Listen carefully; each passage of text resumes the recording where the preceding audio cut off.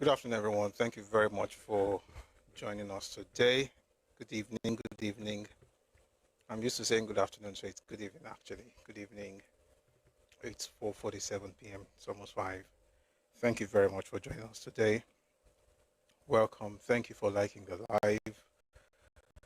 Thank you for bringing us to 5.9k likes. That is beautiful. Thank you. Thank you.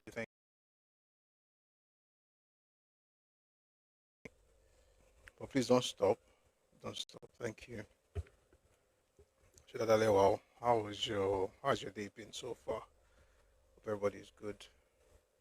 Did you watch the Southwest Summit, sir? I was locked up somewhere, reading, editing, design. That's what I was doing. But I'm sure we're gonna get, we're gonna get the news, right? Amaka, ìròyìn tó bá bá yẹn dé. 1 second, please.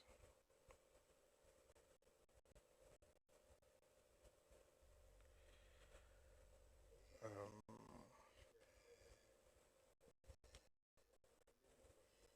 I followed some of the things a bit here and there, but I didn't. I didn't watch the entire thing, but just a little bit here and there.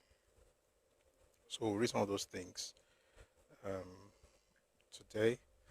And the beautiful thing is, I like how the different governors were there, and the fact that it was hosted, by Dawn Commission and FN Ferry. It's actually quite, um, what's the word, inspiring, right? To see a thing like this happen. So even though I didn't follow everything from beginning to the end, I got bits and pieces, and I'm going to share some of those things today.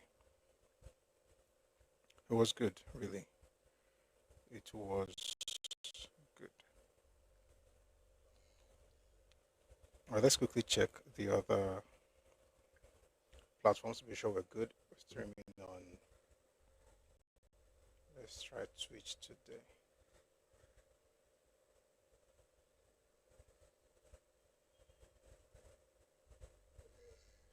Just because. If you're joining us on YouTube, thank you very much for being here. Please like the live and share as well. Thank you very much for being here. We have a lot to cover today, and there's some things I'd like to share as well from the book that I mentioned on Monday. We'll get into all of those things momentarily. Okay, I think YouTube is good.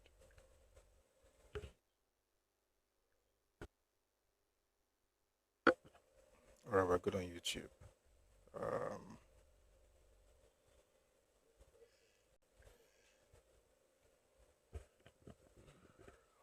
Since someone in the comment section actually mentioned the Southwest Summit, I think that's the best place to start. I'm just going to read some of the things that were discussed there, and then from there we'll move on to other news. But it's an important thing. Like I said earlier, it's a blessing to know that a lot of the governors actually were there, and they had great conversations, and some of the things they discussed, we're just going to talk about them. KKK.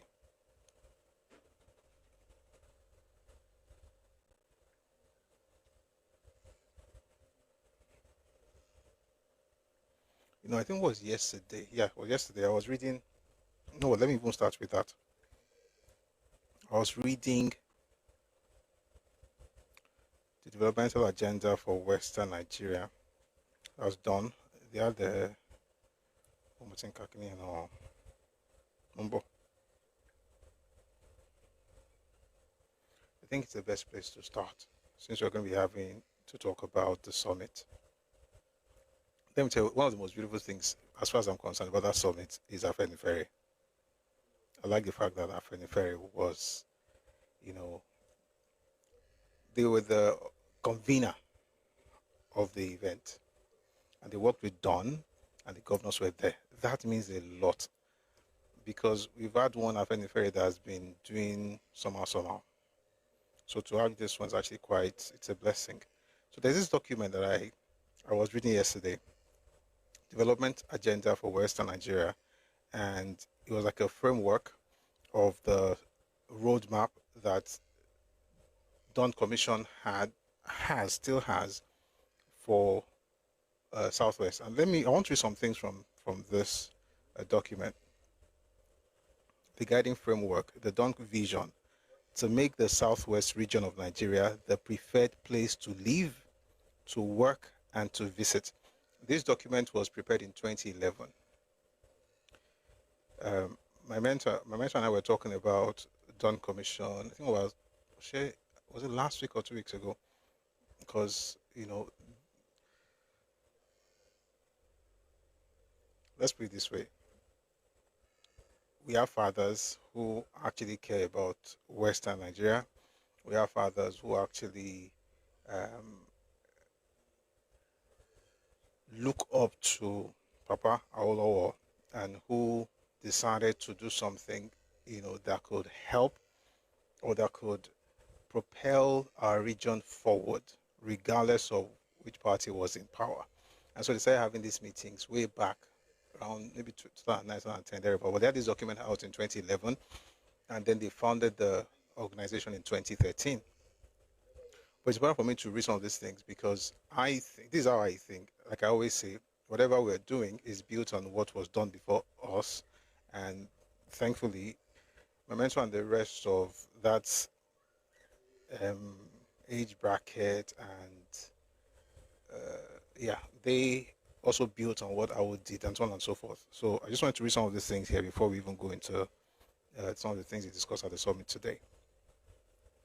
So here's the guiding framework for Dawn Commission. We'll call it Dawn Commission now. Development Agenda for Western Nigeria.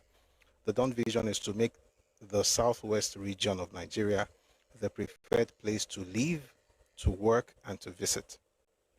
The context: by Southwest region of Nigeria, we refer to the Southwest geopolitical zone as a definitional boundary comprising Lagos, Oyo, Osun, Lagos, Oyo, Ogun, Osun, Ekiti, and Ondo. This also recognizes the coterminosity of neighboring states that may be willing to engage and be part of this development agenda.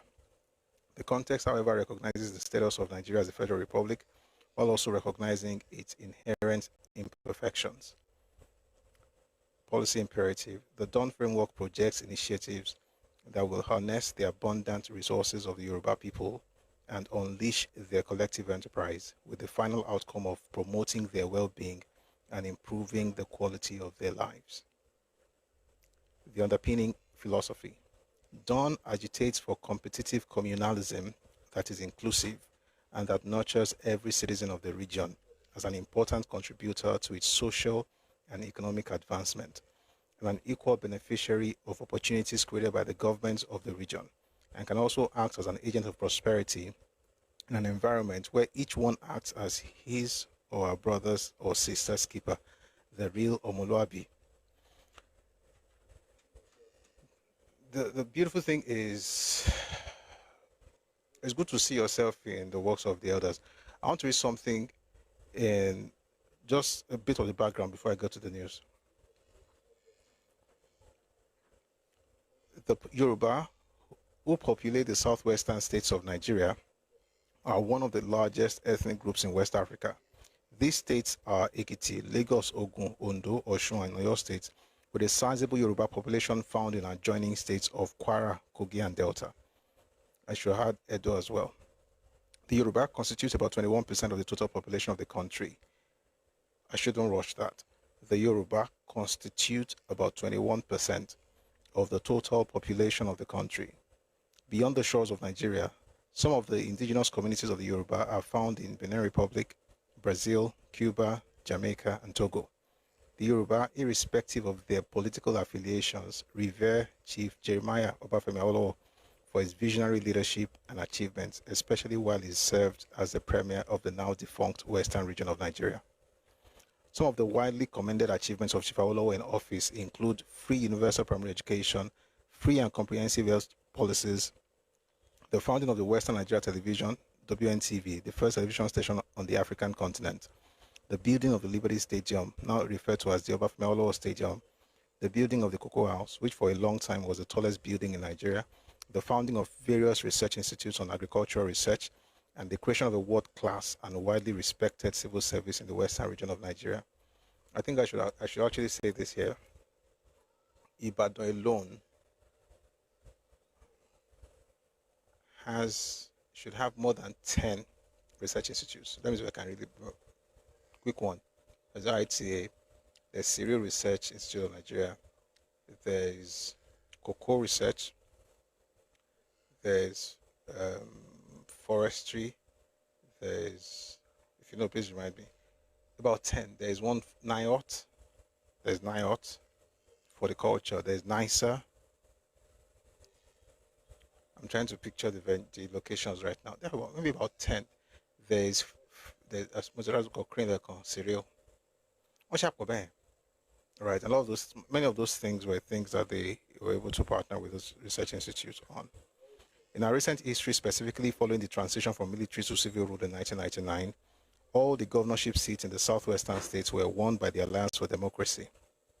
At the regional level, Southwest, cooperation and collaboration in terms of regional integration and development was at best tepid. The relationship among governors was only cordial when it came to political matters, and perhaps when there was the need to make decisions on the Odua Investment Company Limited. Odua Investment Company Limited, by the way, was founded in 1976 to incorporate and manage the business interests of the former western region of Nigeria, with the exception of Lagos State. Our ownership of the conglomerate is essentially by Ekiti, Ogun, Ondo, and Oyo State. No, sorry, Ekiti, Ogun, Ondo, Osun, and Oyo State. But now Lagos is back in it, because some of those properties, some of those businesses were also in Lagos, and they are still in Lagos.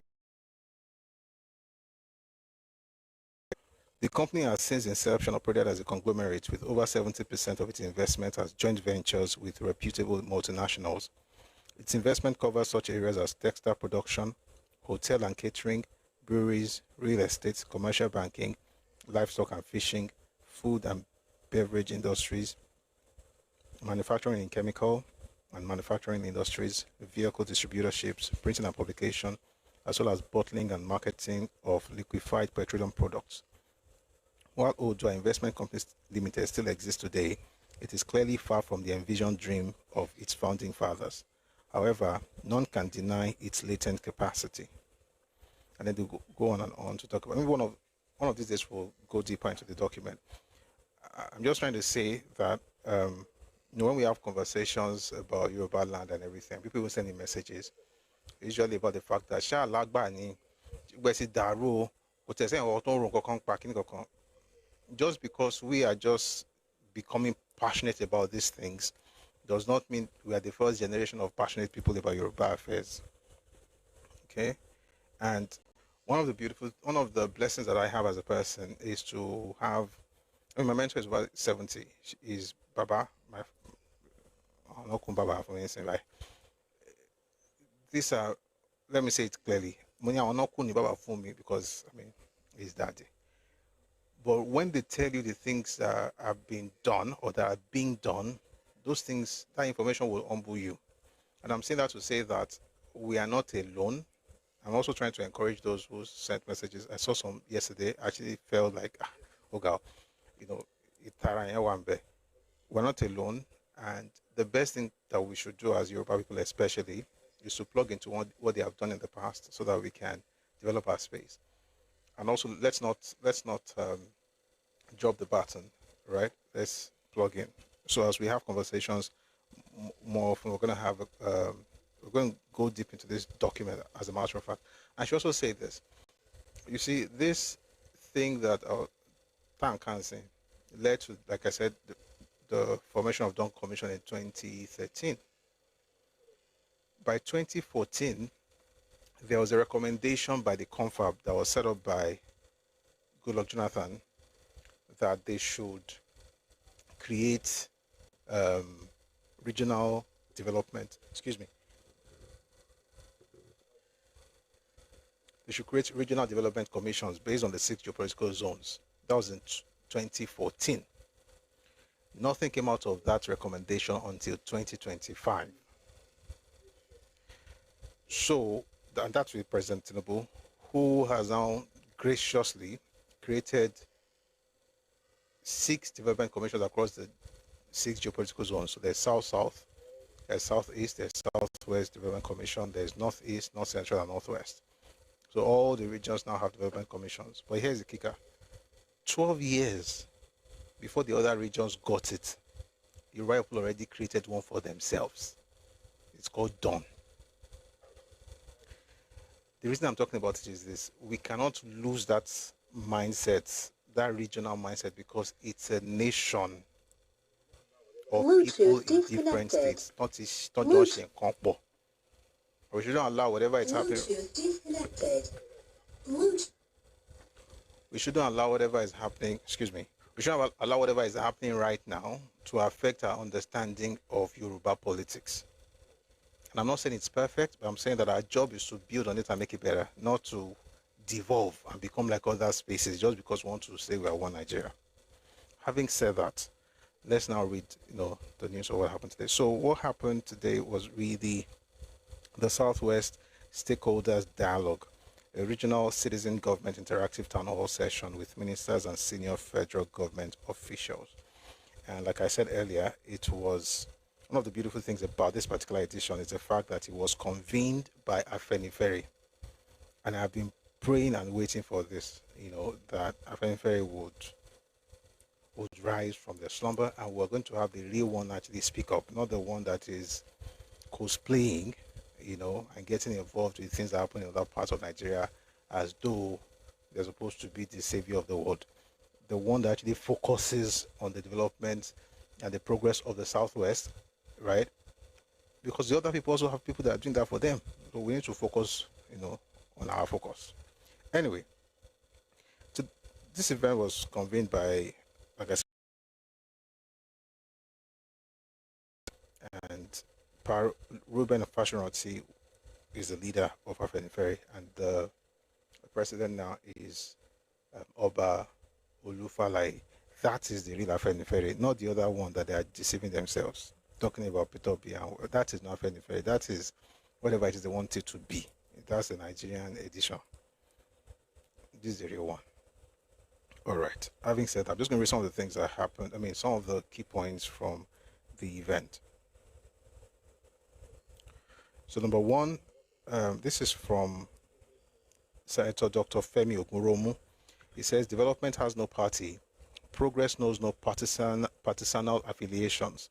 The welfare of our people is not a matter of political point scoring. The welfare of our people must be and remains the fulcrum and central theme of our political calculations. Our political DNA is welfarist. Progressivism is not, I'll take that again. Our political DNA is welfarist. Progressivism is not borrowed ideology, it is our inheritance. That's from Senator Dr. Femi Ogunromu. The governor of Ondo State was the host of the event. He talked about the fact that this dialogue will undoubtedly address the critical issues of the Southwest region. That's Governor Lucky Aiyedatiwa. And Governor of Lagos State, His Excellency Babajide Sanwo-Olu said, leadership and learning are inseparable with one another. With leadership at the highest level, we are learning and relearning amongst ourselves in the Southwest region of Nigeria. And then one more, Dr. Sheye Oyeleye, who is the DG Dawn Commission, says you cannot build a strong center on weak peripheries. When regions thrive, the nation prospers.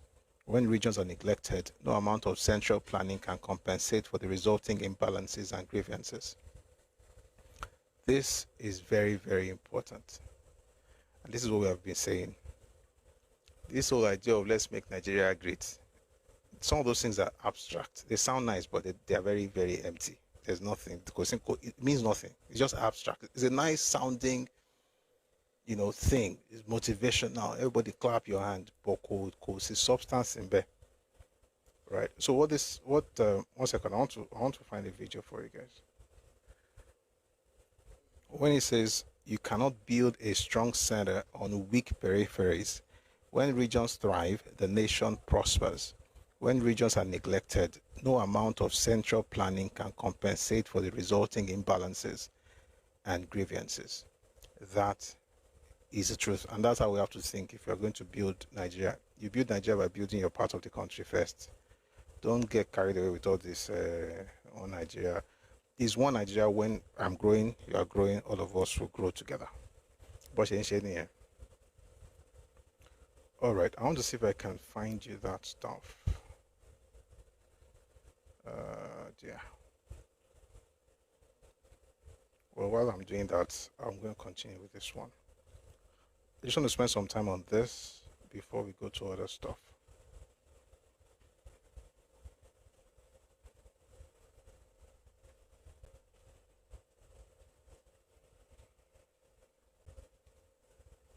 Number.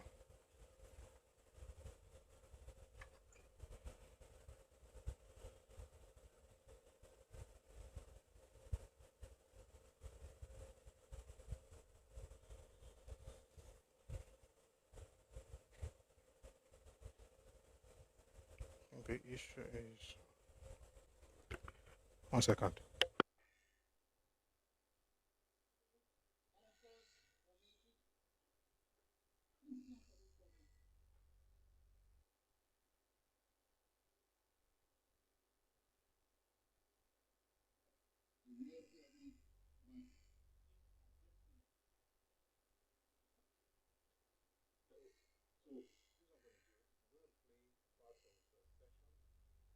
So this is what I'm going to do. I'm going to play part of the session so that we also have a feel of what happened. So let's start somewhere.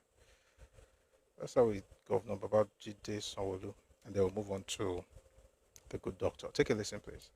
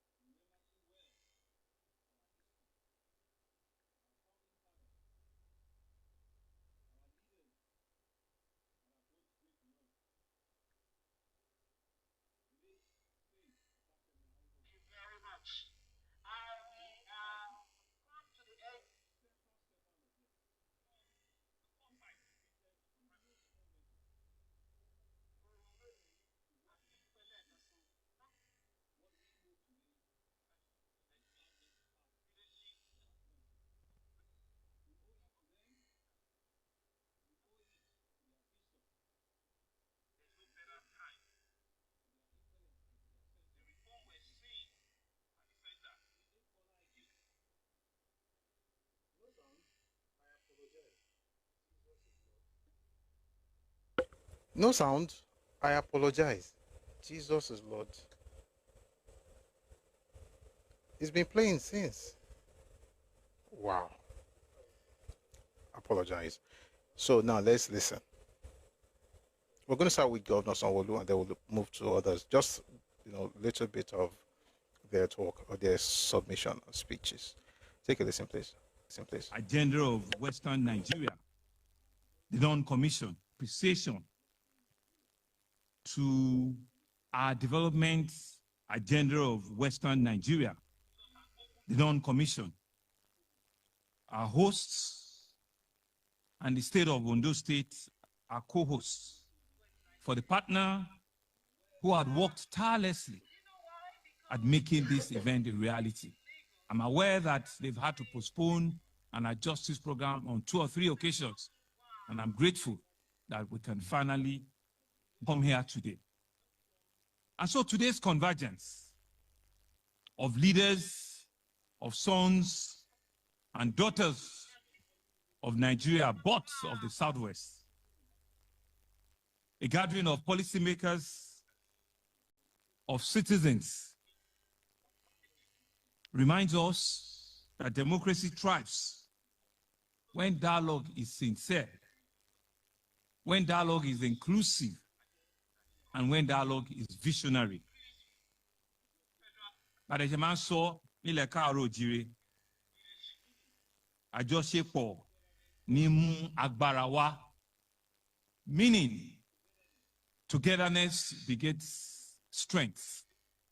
And it is that togetherness that is one of the beacon and the strength of the Southwest. And so we are gathered here not merely to reflect on our journey, but to reimagine our destiny. A Southwest that once again set the pace for Nigeria, set the pace for development, and becomes the standard for everyone to emulate. Remember too well our history, our founding fathers, our leaders that have gone to great beyond. The late sage Obafemi Awolowo, the late Bola Ige, several of them who contributed in no small measure to what we see today, what we know today at the southwest part of our country. We owe it to them. We owe it to their vision. We owe it to their intellect and to their sense of commitment. Yes, they are not with us today, but we'll continue to remember them. We'll continue to reference and acknowledge their dedication, their stewardship, and their sense of unity that birthed this region. The Southwest, which is still the economic powerhouse of our country. And so today, our nation still stands on that threshold, a threshold of a new dawn, once that was defined by courage and by far-reaching reforms. Today, we're lucky that under the transformative leadership of our president, His Excellency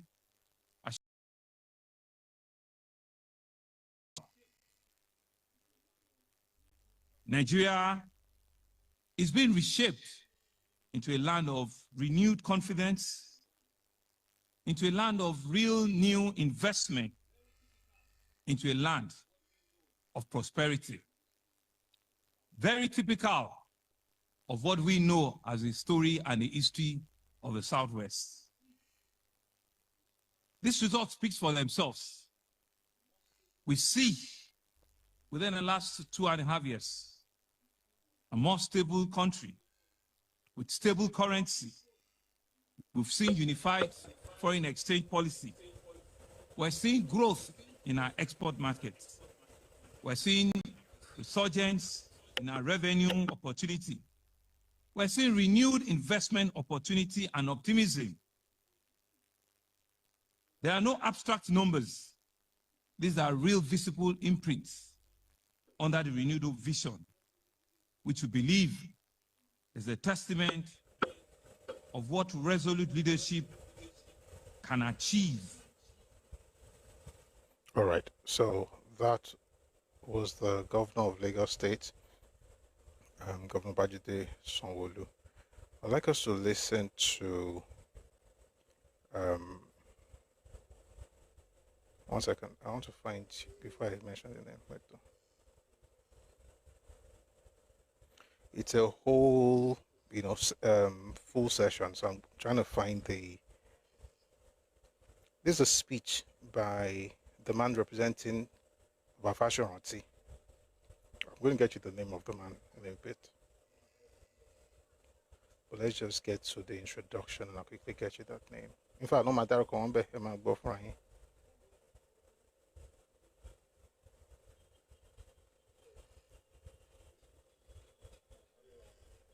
okay. So I think this speech is probably one, all the speeches are fantastic, but this one is very important because it's by someone representing the leader of Afenifere. So please take a listen to this. In fact, before you start listening, let me go find his name because it's important. I think I mentioned it earlier.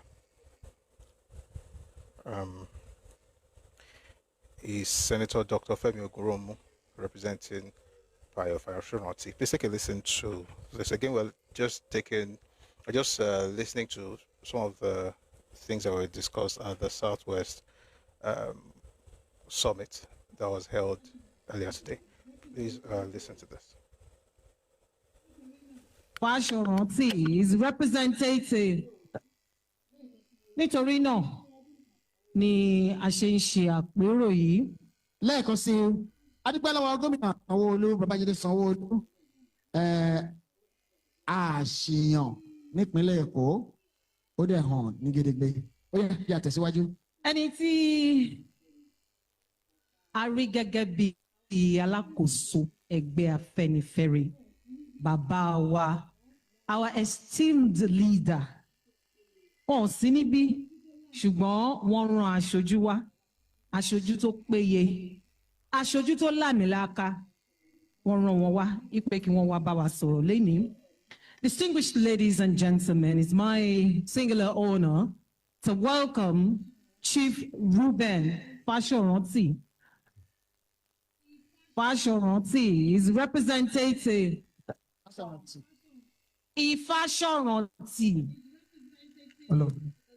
Ifáṣọ̀rántì. Go on. His representative, the leader of Afẹ́nifẹ́re, in the person of Senator Dr. Fẹ́mi Òkúròhún. Ẹ bá a pàtẹ́wọ́ fún bàbá wa o.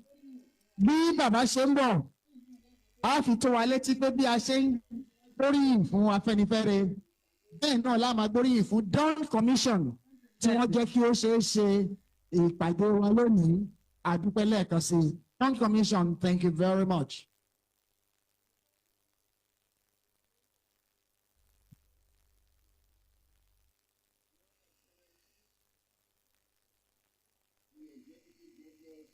Your Excellencies, the executive governors of our beloved Western states,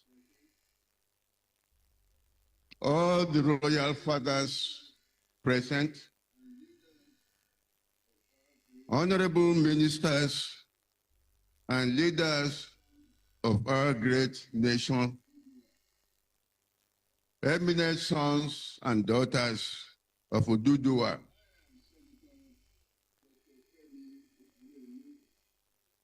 I am Senator Dr. Femi Okuromu, a former Secretary General of Afẹ́nifẹ́re and one of its leaders.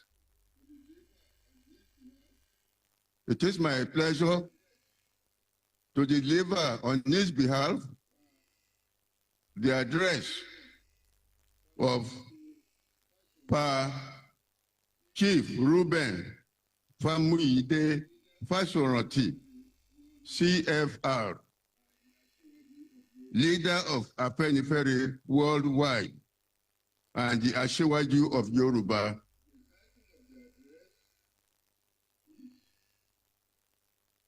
The title of the address is "The Time to Renew Commitment to Pan-Yoruba Solidarity."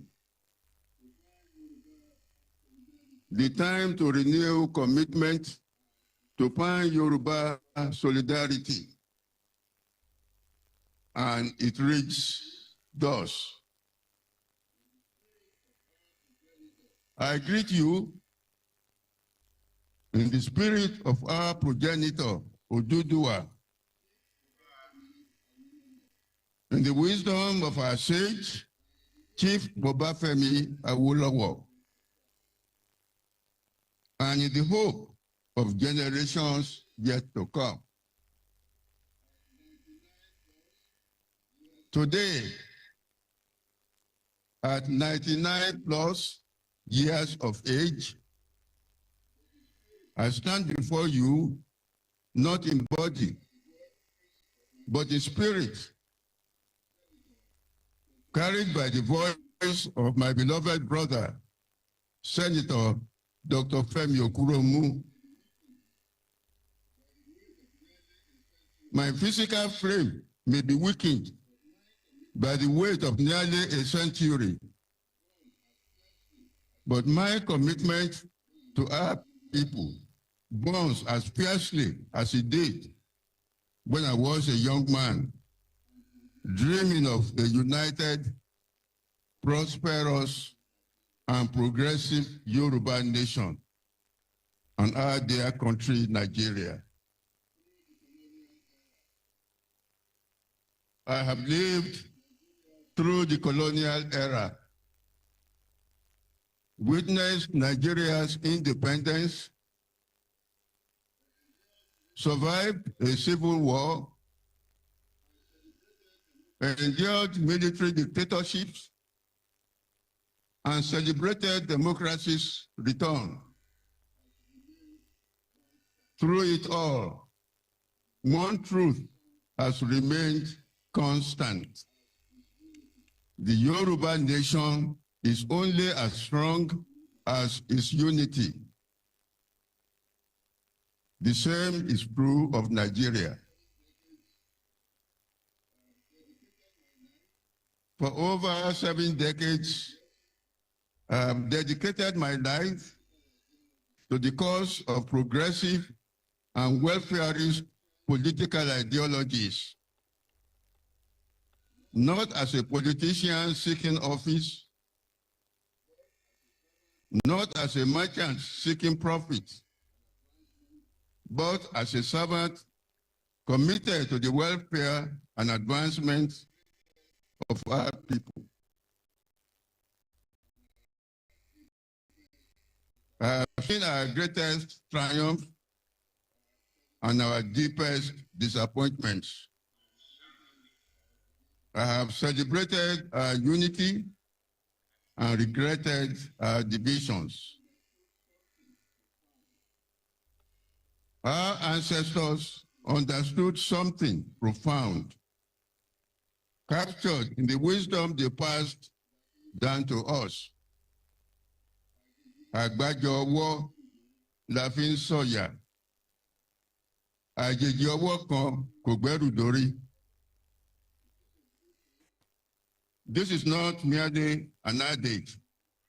It is a blueprint for our survival and prosperity.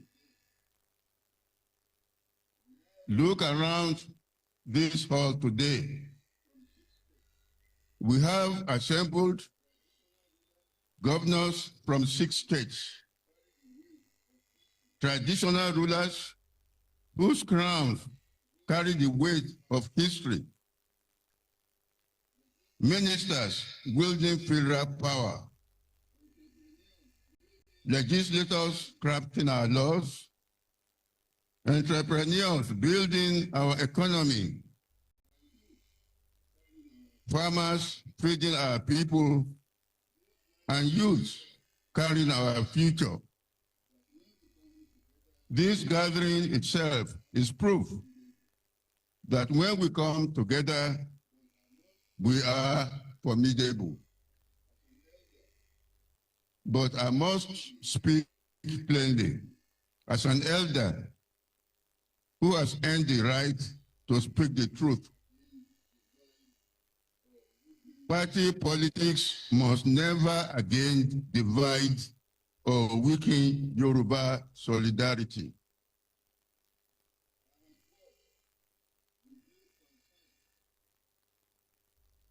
I have watched with deep concern as the cancer of partisan politics has eaten into the fabric of our unity. I have seen brothers refuse to greet each other because one wears the badge of one party and another serves under a different banner. I have witnessed development projects stalled, not because they lack merit, but because they were initiated by the rival political party. I have observed leaders who should be collaborating for the good of our people, locked in needless combat over party supremacy. This must end. today, here and now.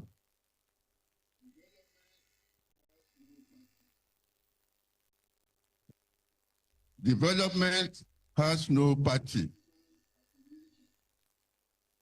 Progress knows no partisan affiliation. The welfare of our people is not a matter for political point scoring. The welfare of our people must be and remains the fulcrum and central theme of our political calculations.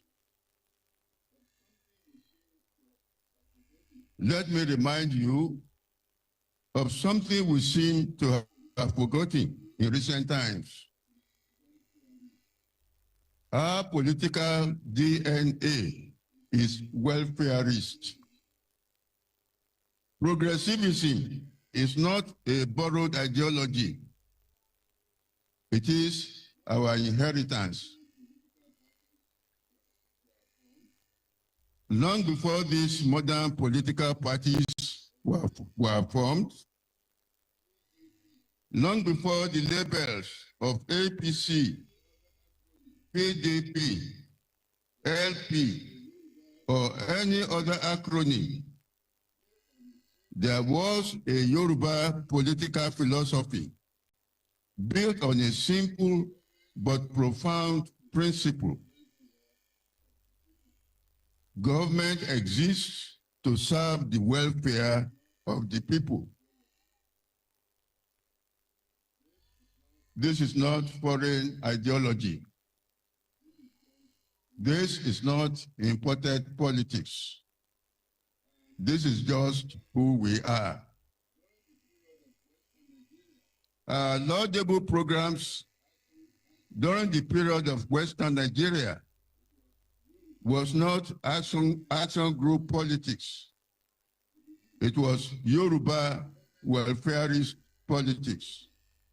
The belief that the government's primary obligation is to lift the people, to create opportunities, to remove barriers, and to ensure that every citizen, regardless of their circumstances of birth, has a fair chance at a good life. This is our true ideology. This is what must guide every leader who governs any part of Yoruba land. Today, I call for a return to our roots.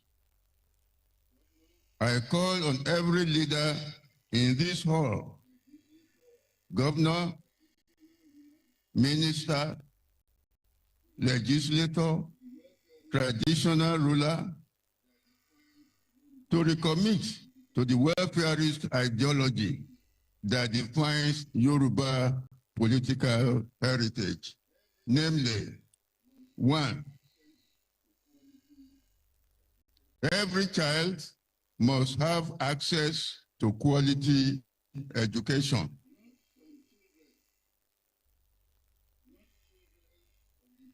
Not some children, not children of the privileged, every child.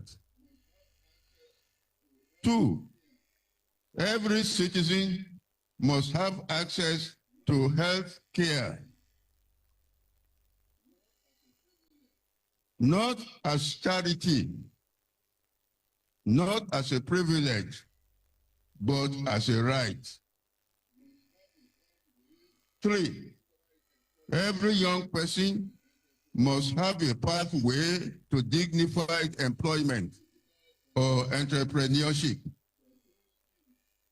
not through political connections, but through skills, opportunity, and merit. 4, every community must have basic infrastructure, roads, water, electricity, not as political favors, but as fundamental entitlements of citizenship. And 5, every farmer, trader, artisan, and entrepreneur must have access to the support needed to thrive and contribute to our collective prosperity. This must not be left to the manifesto of any political party.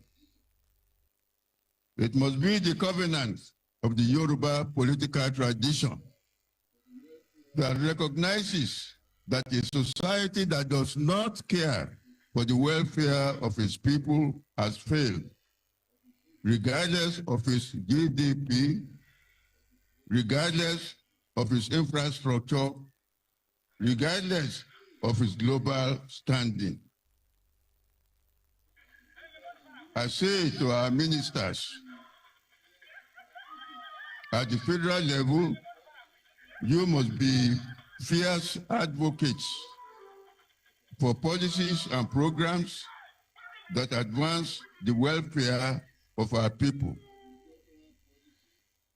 Whether it is fiscal policy, agricultural policy, educational policy, or healthcare policy,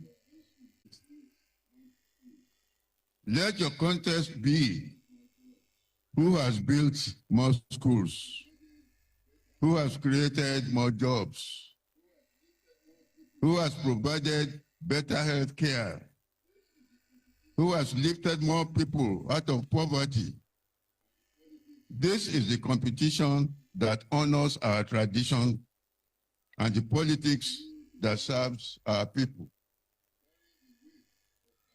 I speak to you today carrying the weight of Afenifere's history and the burden of his sacred mission.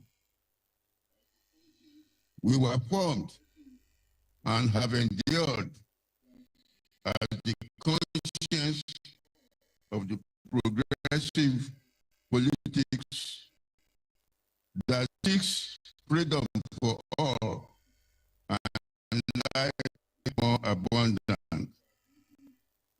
We are advocates for justice, defenders of our people's interests, and guardians of the vision bequeathed to us by Chief Obafemi Awolowo. We have not yet achieved this vision, but gathering like this summit gave me hope that we are finally learning the lessons that decades of division have taught us. To all our governors,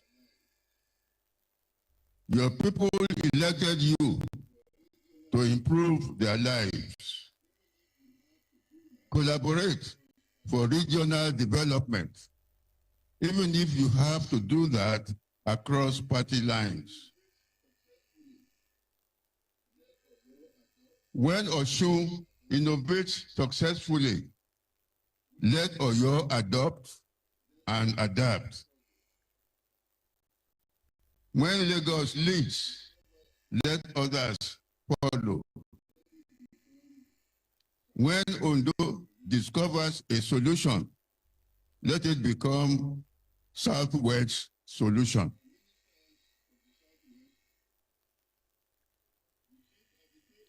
To our ministers from the Southwest, you sit at the table where national decisions are made. Never forget that you are there, not just as party members or cabinet officials, but as representatives of a people with a proud history and high expectations. Advocate fiercely for Southwest interests. Ensure that federal projects and resources reach our region equitably. Work collaboratively with state governments regardless of their party affiliations. To our youth, for long, you have been told that you are the leaders of tomorrow. No, you are not tomorrow's leaders. You are today's stakeholders. But to become a worthy stakeholder, you must do this respectfully and as an Omoluabi.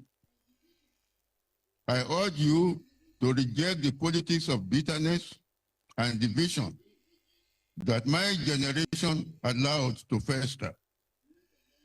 Build bridges where we built walls. Create alliances where we created antagonism. Your generation has the tools, technology, education, global connections to achieve what we could only dream about. Use them wisely and use them in the service of the welfarist condition that is your inheritance. What excites me most about this summit is its structure. For the first time, we are creating a systematic platform where citizens can directly engage with the government, where evidence must be presented, where commitments must be made, and where follow-through will be expected. This is democracy at its finest, the democracy of continuous engagement, mutual accountability, and collaborative problem solving. I ask that we sustain it in the interest of our region within the larger Nigerian context. I urge all citizens to shun bitter politics, rumor mongering, and deliberate misinformation. Instead, we must embrace constructive dialogue with the government through a platform like this. As I approach my centenary, I am acutely aware that my time on this earth grows short. But I am not afraid, because I see in this gathering the seeds of the unity and progress I have fought for all my life. I therefore use this opportunity to invite you to my centenary anniversary next year, where we will celebrate the growing list of the impressive dividends of democracy of the present federal administration, ably led by our own son, Asiwaju Bola Ahmed Tinubu, GCFR.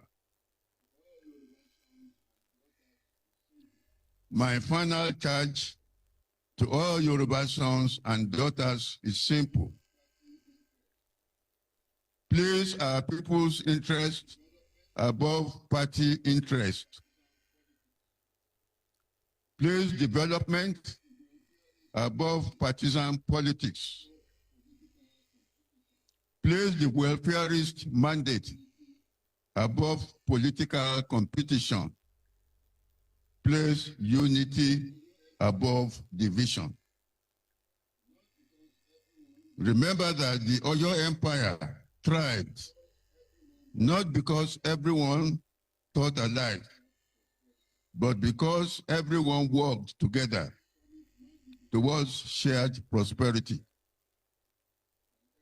Let this summit mark the beginning of a new era, an era where the Yoruba nation speaks with one voice on matters of development, where our leaders collaborate across party lines for the good of our people, and where partisan politics stops at the doorstep of regional progress. Go forth from here, united in purpose. Return to your states, your offices, your communities, and your constituencies with a renewed commitment to pan-Yoruba solidarity and to the welfareist tradition that defines us. May Olodumare guide our steps. May the spirits of our ancestors inspire our actions. And may future generations judge us kindly for what we do here today. Thank you, and may your journey be prosperous. Chief Ruben Famuyide Fasoranti, CFR, leader of Afenifere worldwide and the Asiwaju of Yoruba. Àyànfẹ́ k'Olúwa jẹ́ kó dàgbà kó dàgbà o.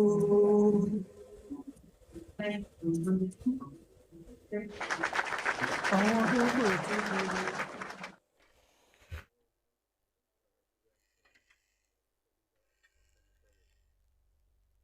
From represent Afenifere, Baba Fashionati. Ah, wow, that was a lot. That was a lot.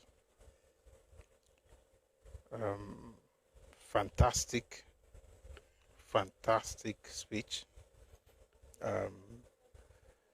You know, he spoke to the leaders, political leaders, and also to the people, especially, you know, the younger ones, all of us, you know. And I like the fact that I also said that, you know, it's not about leaders of tomorrow. It's quite crazy when you're in your 30s and 40s and 50s, you're still hearing about it tomorrow where you're going to be a leader. It's time to do something now. And one way to do it is to get involved in decision-making process. As far as the Southwest is concerned, there is a link that you'll find in the Telegram channel right now, and I would advise that you check it out. The Telegram channel itself is called Redomi Global. Redomi Global. There is something there for citizen input. So Southwest Citizen Government Engagement Summit. There's a citizen input form. Just click on the link that you find on the Telegram channel. You'll be able to fill in your details and whatever you think the federal government or the state government should be working on. I'm just going to quickly read some of the things that are in that form. You rate the impact of the federal government policies on your sector. Which policy or project of federal government do you particularly like and why? The one you dislike and why? Critical infrastructure gaps, key policy interventions needed, recommendations for federal government, recommendations for state governments. How will we measure success? Your sector's commitments, supporting evidence or data, and so on and so forth. So please check it out. That's also our own way of participating in the development of our space. And there's something I always say is good when you hear elders, you know, say these things. So it's not just you saying it, it's also that in a way, it has a way of reinforcing what message you're trying to pass across. The idea basically is that Yoruba is a nation. Yoruba is a nation. It's not going to become a nation. There are those who are in the comment section right now on YouTube who are just, you know, spamming the whole place. Hey, it is a nation. Now, it is, not it will be. If you're waiting for a Yoruba nation, you will not know what to do when it comes. If you know you have a Yoruba nation, then you can make it sovereign at some point, or at least make it develop, which is the most important thing. Not agitation, development. Development. It's a nation. What are you going to do with what it is right now? that's what he's trying to get us to understand. So please, I see in the comment section, I'll try to remove one or two things you've typed. You keep typing it. I hope you really calm down. This is not a platform for agitators. It's a platform for builders, right? It's a platform for citizens who want to make things better, not just about, go agree or we not go agree. Calm down.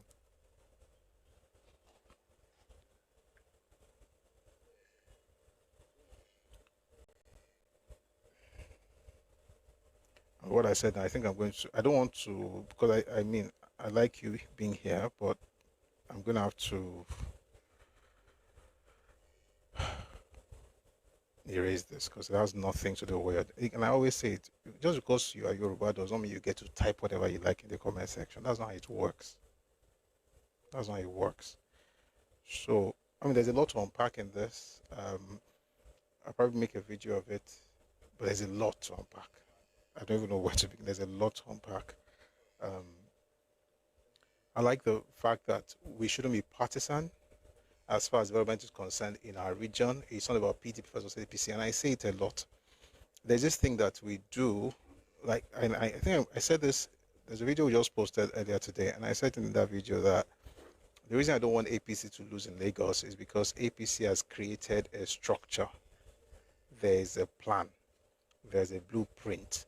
And every successive governor just gets in there and, do their bit and ensure that does their bit to ensure needs to be done next is done. I like the fact that they took their time to create a plan. They took a time to create a roadmap, and then every governor comes in, sees what needs to be done, does it, and then passes it on. And we've seen we've seen 4 from President when it was Governor Bola Tinubu to BRF, Babatunde Raji Fashola to Ambode, and now to Sanwo-Olu. We don't want to break it. However, if APC doesn't have that same kind of thing in other states, it may not work.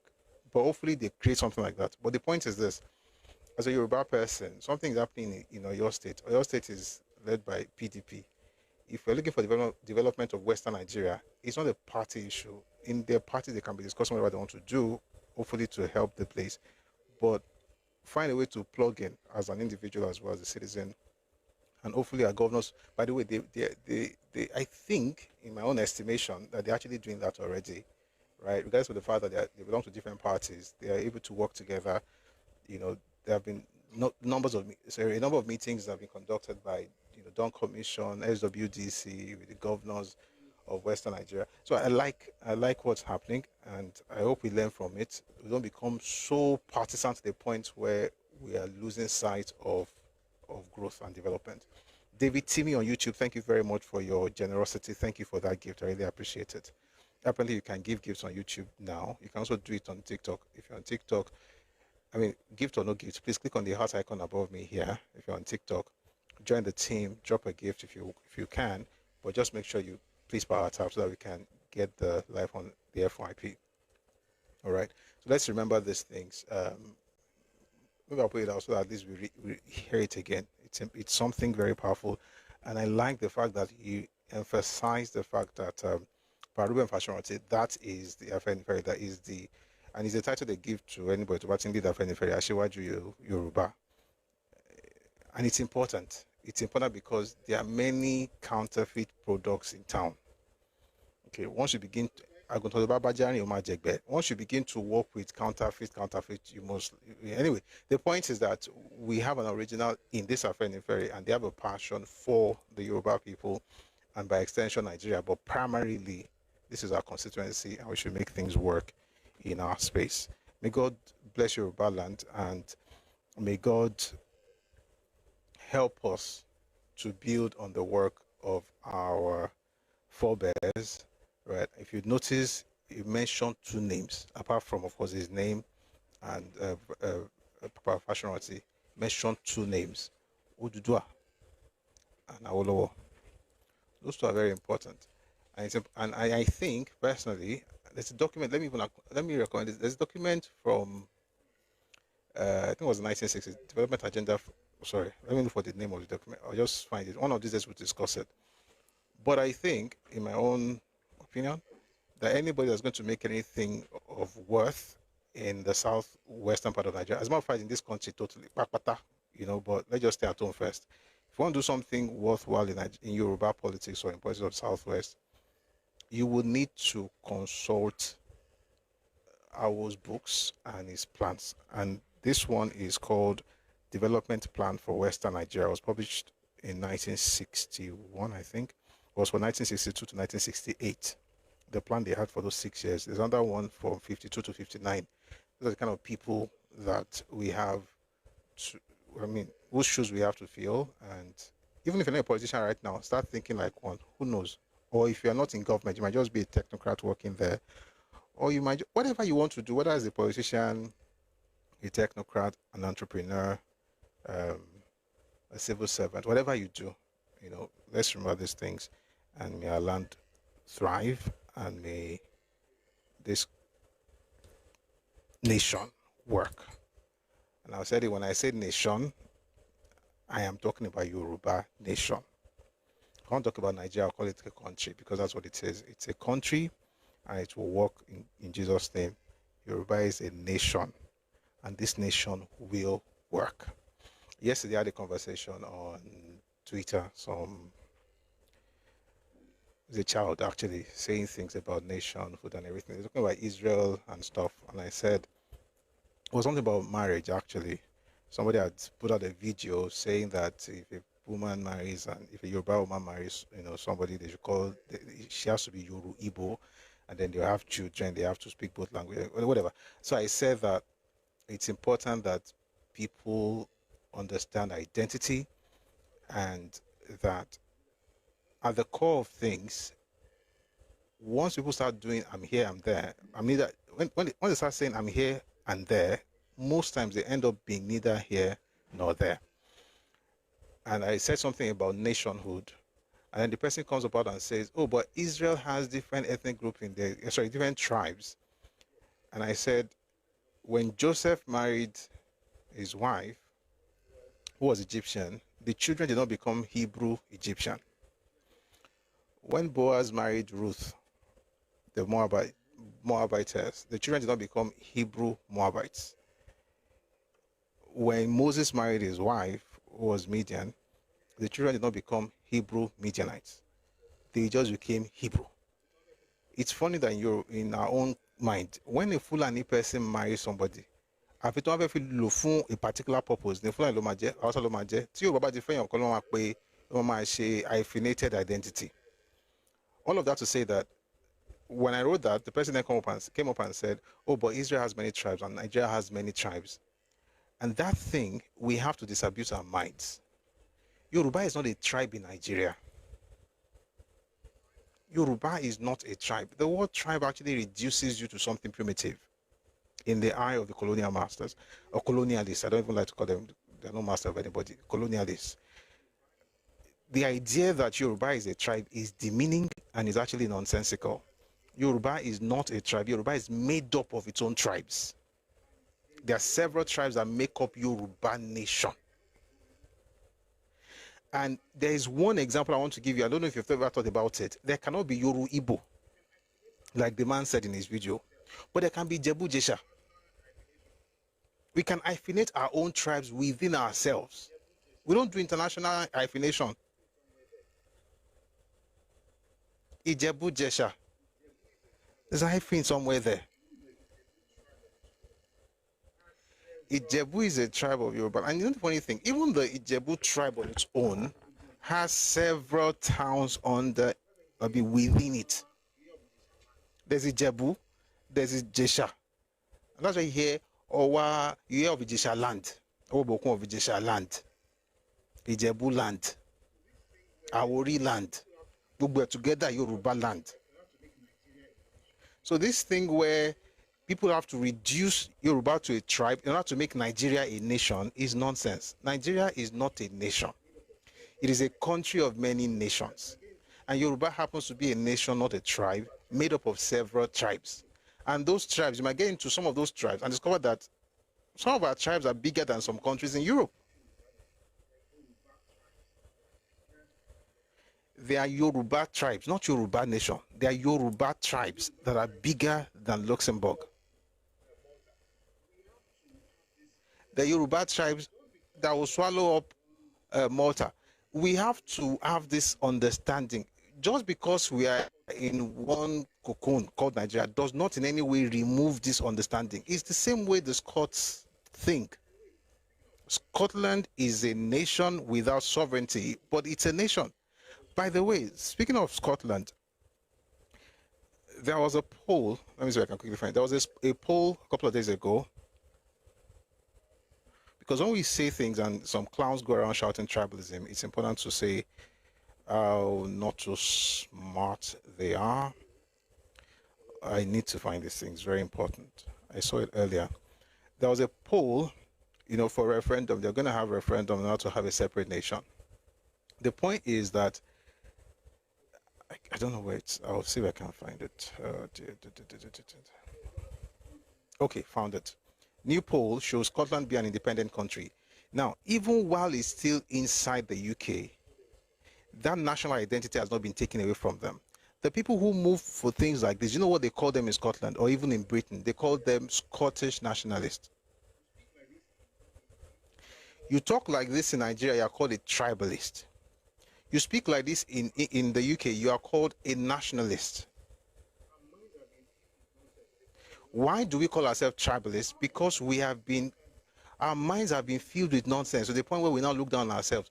How exactly is Scotland, England, Wales, or Northern Ireland any better than Hausa or Ibibio, or let's even Yoruba, even Yoruba or Igbo or any of these ethnic groups in Nigeria?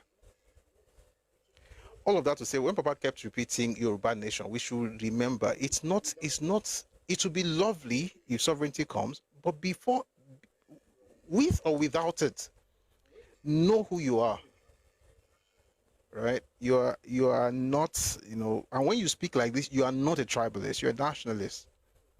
I mean, after all, we're not hating on anybody, say, oh, bigotry. There's no bigotry here, there is just knowing exactly what it is. So in Scotland, they had this thing, Scottish Grains. They had a new poll.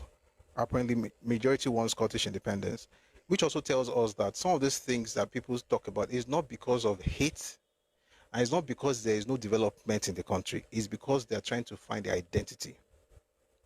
The only difference between them and us is that once they become to pay, what in this system to Madia, there's a system. And this is what I want to quickly say to folks who are always talking about let's break up. There is a system in UK. That system, you can only create that system in Nigeria, just like they did in UK, using political means. And the system is just one word, referendum. We don't have it in our constitution. They have it. And the last one, Scotland won. They didn't have the majority, but now this is a poll, by the way, just a poll. But the thing is, a lot of the things that we desire is a marathon, not a sprint. You have to have that mindset. But first of all, understand. Let's orílẹ̀-èdè ní Yorùbá. Nàìjíríà ò ń ṣe orílẹ̀-èdè. Kí ni èdè Nàìjíríà kò sí? Kò sí. Orílẹ̀-èdè. Alédè kan. Àwọn Gẹ̀ẹ́sì orílẹ̀-èdè kan ni wọ́n. Àwọn tó jẹ́ Scott orílẹ̀-èdè kan ni wọ́n. Yorùbá orílẹ̀-èdè kan làwa náà. Bóyá wá lè sọ pé a jẹ́ aníjọba tó lè máa bá àwọn ará abòmíì ṣe, that one is Nigeria is not ìpínlẹ̀ o. State ló jẹ́ ìpínlẹ̀ o. And that's ìpín, wọ́n ti pín orílẹ̀-èdè sí kíní. The state you are talking about is sovereign state. That's my ìpínlẹ̀. Anyway, the point I'm trying to make is, I think you get it. Nigeria is a country made up of several nations, and within Nigeria or outside Nigeria, you can thrive as a Yoruba person, and that understanding is actually the thing that can get us what we want, whatever it is, including developing our land. And I should say this also. There's this thing that you hear a lot about, different people agitating for different things. I want to ask, you don't have to answer the question, it's a rhetorical question. Why are we agitating, or why do we want what we want? Is it for the development of Yoruba land, or for ego and just a person's pipe dream? If it's to develop Yoruba land, then you do it now. Whatever you want to do then, you will do it now. Let me tell you one of the things that I was studying. I love Singapore a lot. Not because of the country itself, but because of Lee Kuan Yew. After the next person is Lee Kuan Yew. My understanding of nation building. There's something I found out. I think it was Deng Xiaoping who traveled to, if I'm not pronouncing the name correctly, it's because I'm not Chinese, who traveled to Singapore, and I had this conversation with Lee Kuan Yew when they were trying to change course from what Chairman Mao had instituted in China. And then he went to Singapore, of course, a smaller nation, but there's something quite interesting about the connection between China and Singapore. And the connection is simple. 75% of Singapore is Chinese. And at the core of what they're doing in Singapore is Chinese ideology, Chinese philosophy. Anyway, here's the point. China then learned from Singapore and then replicated what Singapore was doing in China. And China is now what we talk about. When people go around shouting, China went to China, they don't know Jack. They don't know what they're saying. It's not about the things they are doing. It's about who they are. It's about your identity. It's about who you are. It's bigger than just production to clinical. It's not talking points. They are deeper. The connection between those two places is the fact that they're Chinese. I didn't say that. Lee Kuan Yew said that. But here's the crazy part. What they did in China was what was done in Singapore, a small nation state, just a small island. And the lesson I took from them, many lessons, but one of the lessons I learned from, studying Singapore and China is that whatever you want to do in China, do it in Singapore. The men leading the economic development team in Singapore were the ones that moved to China to help them in different regions, whether it was Shanghai or it was I don't know those Chinese names, but they went to different cities, creating hubs in different cities, modeling those cities and hubs after Singapore that they are built. Jesus said something very powerful. He said, whoever is faithful in little is faithful in much. He didn't say whoever is faithful in little will be faithful in much. Jesus said, whoever is faithful in little is faithful in much. All this thing about what we're going to do when we have a fantastic nation that is a Kinekon Yoruba, do it now. That's the point. We have to do it now. If we do it now, then we'll replicate it and make it bigger. Let's not wait until the time when everything is now what we think it should be. There'll be new problems. It's just the way of life. It's not because you're praying for a while. Every new levels have new devils. That's what they say, right? There'll be new problems. But if we can build now, right, when we get there, we'll have something to pick from what we're doing right now. Or maybe the will be away, but I hope you will go. Anyway, we have to move to this topic. There's a lot of news items, but so I think I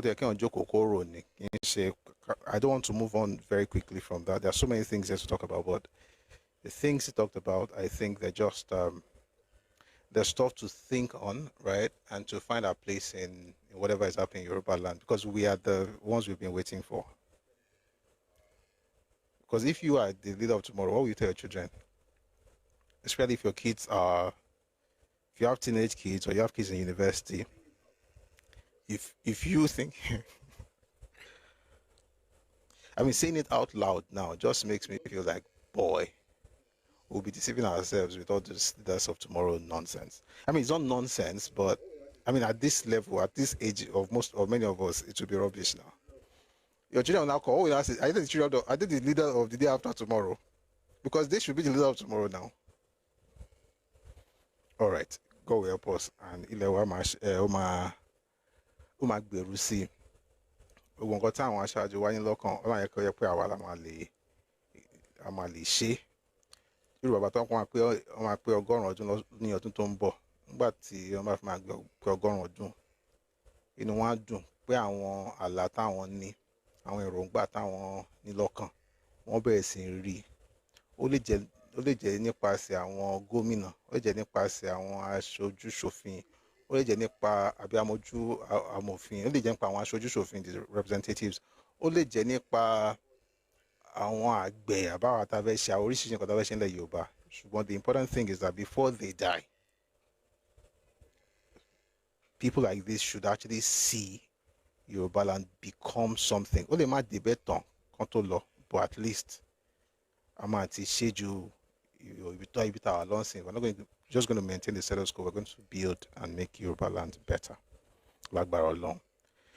All right, that was a long stuff. So what we're going to do now, I'm going to bring a couple of people up, so we speak on these things, and then we'll move on to the topic of today.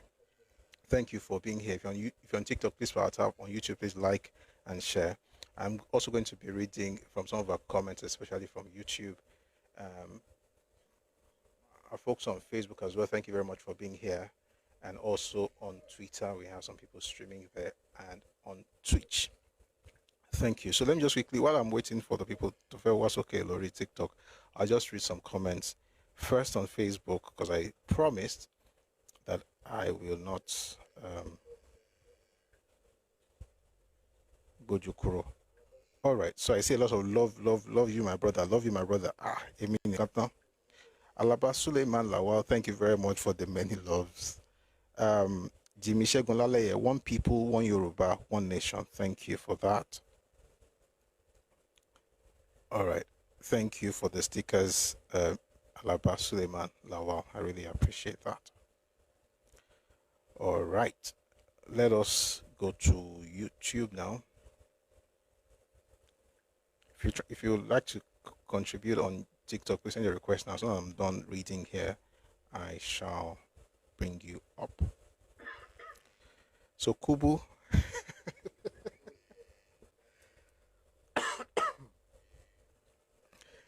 Kubu's first comment is actually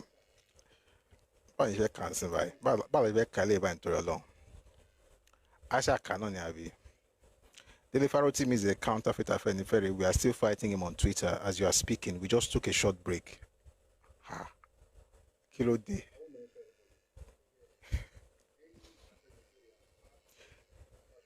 I won't mention anybody's name, but here's my point. Any Afenifere apart from Fashion Artist Afenifere is a counterfeit. That's my own. Whichever Afenifere was not part of today's summit in Ondo State, that group is not Afenifere. Though, because we don't want to only kan jẹ kuruko tan lawo àwọn yẹn ṣàn gbọ́n wọ́ sínú ẹ̀ wọ́n ṣàn gbọ́n wọ́ sínú abọ́ ni nǹkan tó dẹ̀ ń ṣe kò ní nǹkan tó fẹ́ fi ṣe fún gbogbo wa. Yemi Alamudun says, can I vote for you? I don't even know the agenda, so I don't know how you're going to vote for. I don't know. I'll ask around. I don't even know the Mimokonshi award, but my berry. Ever vote for me? Yeah. Thank you. All right. So let's move away from but we have an original Afenifere. Jokes aside, we have the original, and the person representing that original, Afenifere is the man who spoke earlier on behalf of Parfashionati. So we're glad that the house is coming together. Every other faction, only man loruko. Adidas, Adibas, Chetri Abibas, Etra Bibari, Chetri Abibasri. Anybody. Because I've seen, you go to the market, you see Abibas, you see Louis Vuitton, that the S is Z. You will see all kinds of things. That Louis Vuitton called Louis Vuitton or Vuitton or Lubotoni, whatever. Sherry, orúkọ lè jọra, ó jọra ní iṣẹ́ nǹkan kan. Ó kàn jọra ni. Ó kàn Muiz bí Muiz tán. Orúkọ jọra ni. Orúkọ jọra ni. Ẹgbẹ́ tí Ọlọ́run bá ti ṣe tí brand èèyàn bá ti ṣe dáadáa, àwọn kan lè fẹ́ wọ́n lè fẹ́ copy. Ó kàn jọra ni. Ó kàn jọra ni. Afẹ́nifẹ́re gangan àwọn náà ṣe summit ní Ondo State lónìí. A fẹ́ Àbíbá o, but kó jẹ́ Àbíbá 2, kó má jẹ́ Àbíbás. Tó fẹ́ ra bàtà, ra Adidas. Tó wá Adidas ò bá ti tó, ra ní tí ò lórúkọ, má ra Àbíbás. Tó bá ń wá Afẹ́nifẹ́re eléyìí, kì í ṣe àwọn Afẹ́nifẹ́ whatever tó ń fẹ́. Ọlọ́run dẹ̀ ràn wọ́n lọ́wọ́ ibi tán wà. Àwọn kan tọ́ mi ill finger.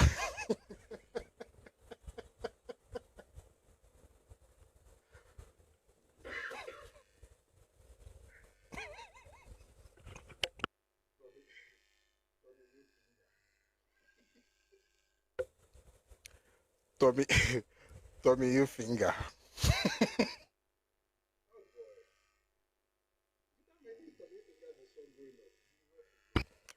Oh boy. Do you know how many Tommy fingers we saw growing up? Jesus is Lord. Kill and walk here. Every Tommy you finger, no. But that was funny. Ẹ̀kọ́ ni ẹ má fi kíní kan wé nǹkan, ẹ má fi lóńgìní wé ejòlá o. So adúpẹ́lẹ́ Ọlọ́run pé nǹkan ti ń padà bọ̀ sípò, and I like the fact that Dawn Commission, which is the one that represents Southwest Nigeria, is actually the organization that worked with Afenifere to organize the summit. If you know how happy I am today, just because Afenifere actually stepped up and did something, young people can now join. Right, we can now grow, and then you can belong to whatever political party you want to belong to, but you are all in there. It's a beautiful thing, and you're not working against Yoruba interests in the name of one Nigeria. It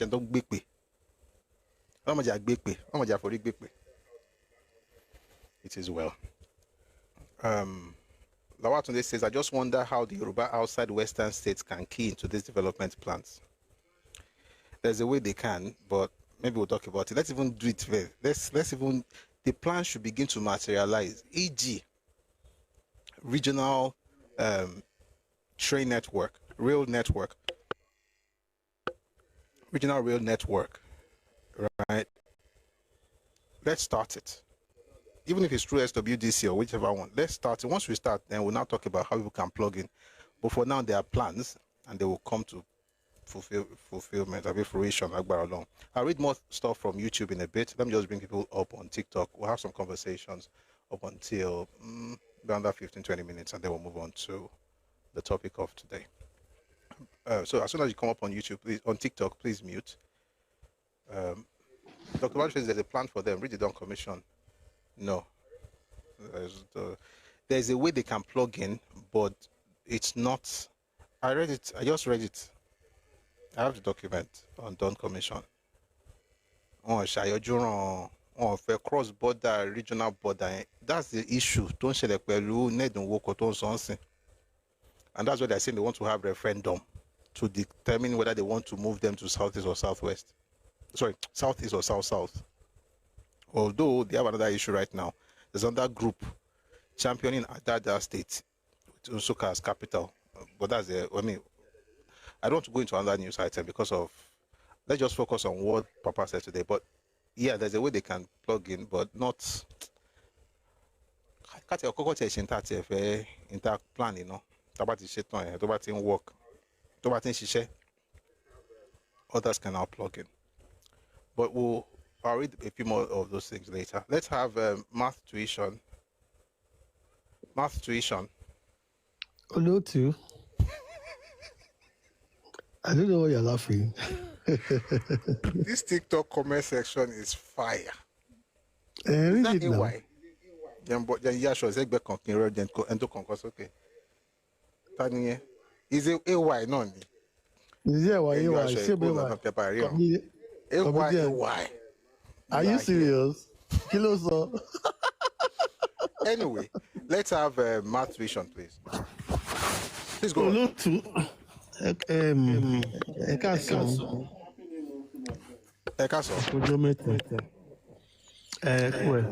Happy New Month in advance. Yeah, we started a new month on Saturday, November. Ọlọ́run adé mi gbogbo wá sí o. It's been a wonderful, wonderful year as we clock down 2025. And I'm sure that next year, by God's grace, will be a lot more fruitful for all of us. In terms of your suggestion that our leaders should keep doing, well, whatever we want to become, we need to start doing it now.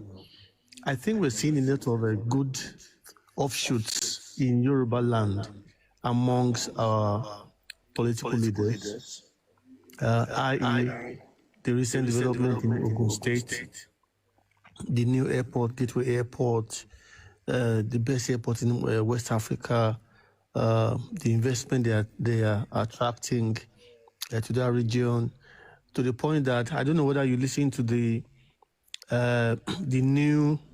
new president of Afrexim Bank in his speech that he gave on Saturday. He said at least 3 times that the new garment factory, the new industry that Ogun State government is starting, that they're going to back it, they're going to make sure it's successful, and as far as he is concerned, no country in Africa should export raw material ever again. And if anybody should come to them that they want to export raw material, they are not interested. That we must replicate what Tinubu has done in Lagos via his partnership with Mr. Dangote, owning the entire supply chain so that we can create prosperity in our midst, in our communities. So they want to do the same thing in Ogun State now, in that sector of garment, clothing, and so on and so forth. We've also seen an offshoot, I think, in Ekiti State with their own airport as well. We've seen what Governor Makinde has successfully done in Oyo State by taking over the original agricultural land that Papa Olowo. And out of that 12,000 hectares, he said that all they are just dealing with right now is about 3,000 hectares. So there's a lot of potential there. AFD, African Development Bank, has partnered with them to ensure that there's proper agro-processing zones.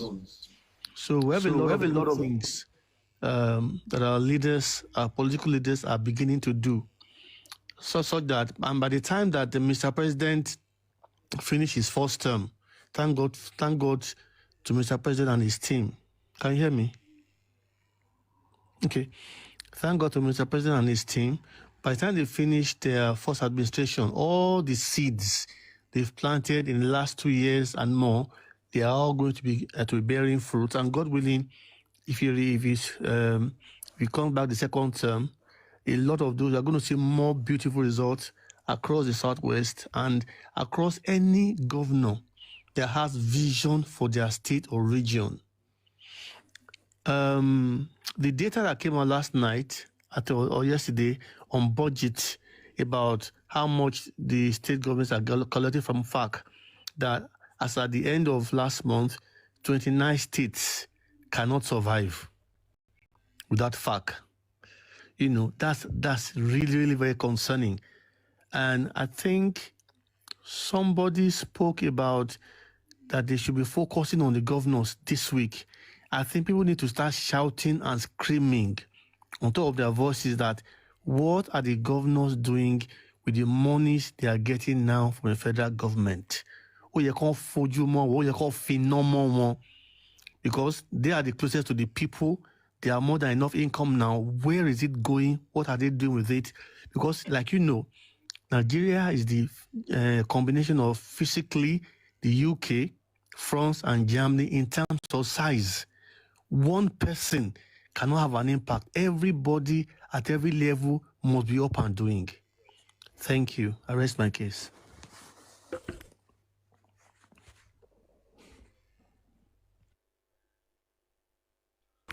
Great submission. I really appreciate that. Excuse me. Thank you very much for that. No, So some people are in the comment section just being who they are. And I think the best way would have been, a good way to do stuff would have been to maybe read some news items to help. But I'm trying not to get into any news because almost 6:30 and we have not even discussed today's topic. But even if we leave right now, I mean, think, that can inspire us to do great things. Guys, I'm happy. I'm very happy. I'm very, very happy. All right, let me just read a few more things from YouTube and then we'll get into today's topic.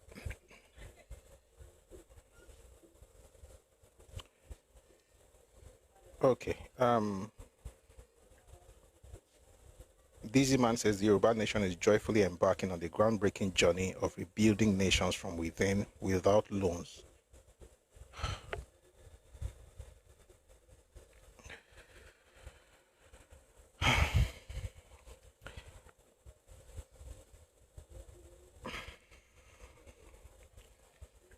Let's not spoil this atmosphere.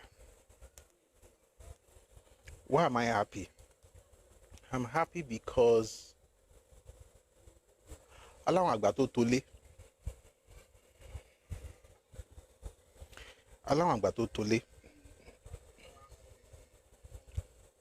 aláwọn àgbà tó tolé and àwọn nǹkan tí ta máa ń sọ bíbí náà àwọn náà ń rò ó ní àwọn nǹkan tó lè sọ fún yàn tí yàn lè sọ ń tà but tán bá jáde sọ̀rọ̀ ńgbà mi máa jẹ́ kí ni ọdún pé at least kì í ṣe pé everybody rí ń sìn pé kì í ṣe pé wọ́n kàn jókòó wọn kàn tẹpẹpẹ wọn really wọn ní ìlọsíwájú lọ́kàn wọn kàn yára ń ṣe nàìjíríà ni káàbọ̀ bó bá ṣe gbọ́ wọn tán ṣe sọ̀rọ̀ ó jẹ́ kí èèyàn dùn wípé because there's something about you doing stuff and just knowing that àwọn kan wà tí wọ́n wà lẹ́yìn ẹ̀ wọ́n lè máa lè lágbára láti sá kiri bí ìgbà tí wọ́n wà ní ọ̀dọ̀ ṣùgbọ́n wọ́n lè máa sọ pé báyìí ni kò ṣe báyìí ni kò ṣe báyìí nǹkan tẹ̀ dẹ́ ń sọ nǹkan tí wọ́n dẹ̀ ń ṣe ó ń bá nǹkan tó ń sọ mu. There's something powerful about it. I don't even know how to explain it, but it's beautiful. All right, let's go to class. News today, we'll do it on Friday if we have time. But I think that was fantastic. Someone says without loans. Let's just leave that matter of the loans. It's people who, even Awolowo took loans. One of these days, I think a lot of us, no, it's beautiful. Let's just continue like this. Let's continue like this. So, today, we shall be discussing, what? 1 second.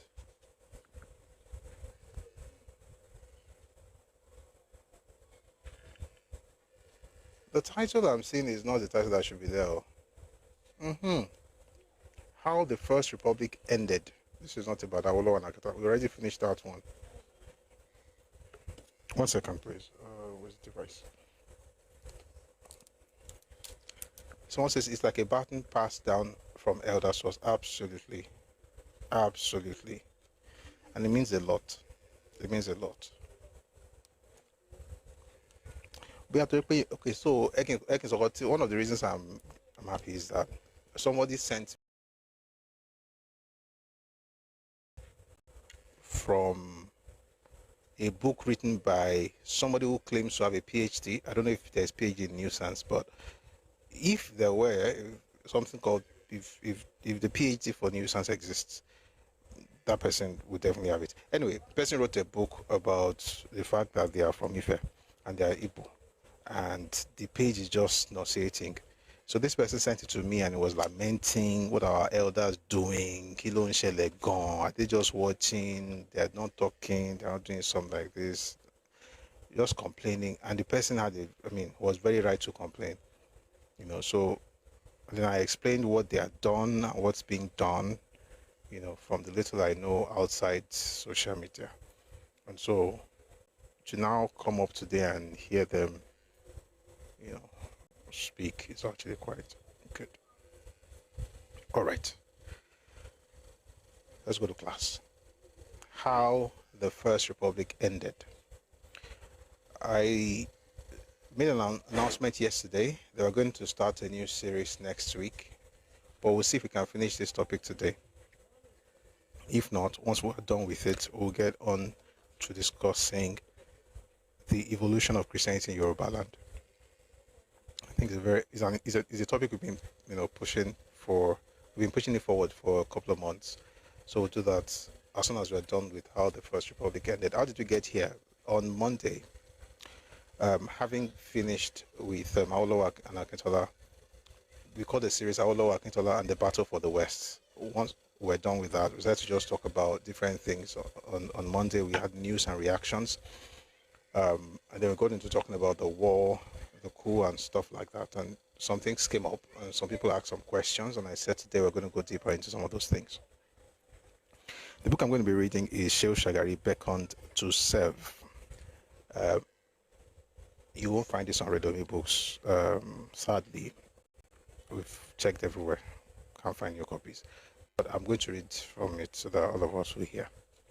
Meanwhile, we'll be having... Sir, did you read about the coup on PBAT? Not today. So, that PBAT,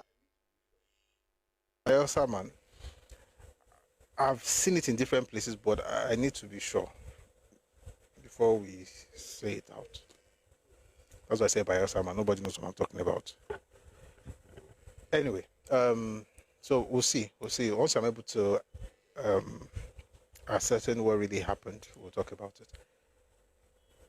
Friday, we are starting Redomi Republic proper. It's a game show. Let me just let's plug this thing before we get on, because once we get into this book, you guys, you will love it. You will love it. This book is something else. You're gonna like it. All right, but let's just put out the advert so that in case you don't know, you will know. If you know already, you prepare. So yeah, that's Redomi Republic. It's a game show starting on Friday. We had a test run on last Friday. We had a test run. We're starting officially first Friday of November, which is this Friday. It's a game show, like I said earlier. We'll be asking and answering questions relating to Nigerian history and politics, Yoruba history, Yoruba culture, and things like that. So, Nigerian history, Yoruba politics, you want to test your knowledge and want to actually represent truth, not propaganda that we've been fed with all our lives, but truth, as contained in several eyewitness reports and research, work and peer-reviewed journals and stuff like that. That will be the basis of these things we're going to be doing. So please come around. But before you do that, please check out Linktree/Redomi Republic, register. And we'll let you know when it's going to be your turn. We want to have between 3 and 4 contestants every Friday. Between 3 and 4 contestants. So we're going to have a batch this week. We're going to have another one next week. All you have to do is to have an account on TikTok. You're able to show your face. We'll see you. You have a quiet spot, and the mic is good. You don't have to have a mic, Sha. I mean, if you're in a quiet space, don't worry. It might work. So we'd like to have you contest. So please register, Linktree/Redomi Republic. If you'd like to support us, please reach out to me. We need all the support we can get. We will be giving people cash prizes. There are 4 rounds. Each round has 5 questions, except the last round, which has only 1 question. And every question in every round fetches you a particular amount of money, and then it climbs from one round to the other. And then when you get to the final round, you could actually double your earnings, right? And if you get it wrong, you will have to half it. But hopefully you get it right, then you double it, then you get your cash prize. So discuss history, politics, culture, and things like that. So please register. Linktree/Redomi Republic. Also, please on YouTube, subscribe to Redomi Republic. That will be the channel where we'll be putting out the episodes. So what we're doing on Friday is like a recording. Okay? Just like you would if you had to go to a studio. That's what we're doing on Fridays. But subsequently, we're putting out the different sessions as episodes on Radio Miri Republic. All right, so that's, is something that you should support. Thank you very much. Moving on. How the First Republic ended, we were discussing the coup, and somebody asked a question about Iransi, and I said that question is actually it's going to take us a lot of time to unravel it, to explain it, that we should have a full session on it. So I'm going to read this book. It's called Beckon to Serve by Shehu Shagari. I might refer to other books like My Command by Olusegun Obasanjo, Why We Struck by Adewale Ademoyiga, The Tragedy of Victory by Godwin Alabi Sama, and Go On, The Biography of a Soldier Statesman by J. Isawa Eligo. So I might move from one book to another.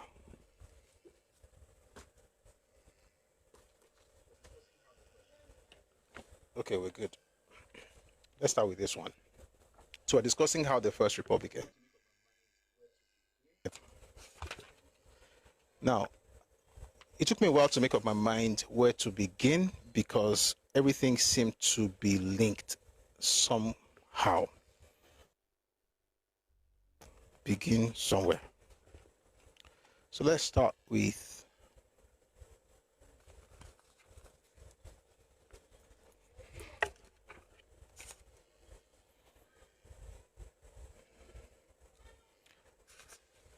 the chapter is actually chapter 5 of this book, but there's some things I don't want us to go back into because we've discussed some of these things when we're discussing Awolowo and Akintola. Someone says, why do you like talking about the coup? Why do you like listening to me talk about the coup? Chibuzo.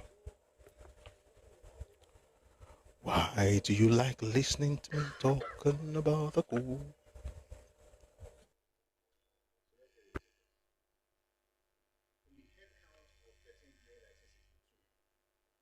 To this. In the head count of 13th May 1962. No, please leave him, please. Please leave.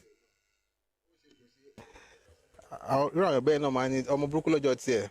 O mani wolo tie no. O se ko se o ma konko sinu be. O no ni wolo. Eba tule ejo. Ẹ ṣé o. Excuse me.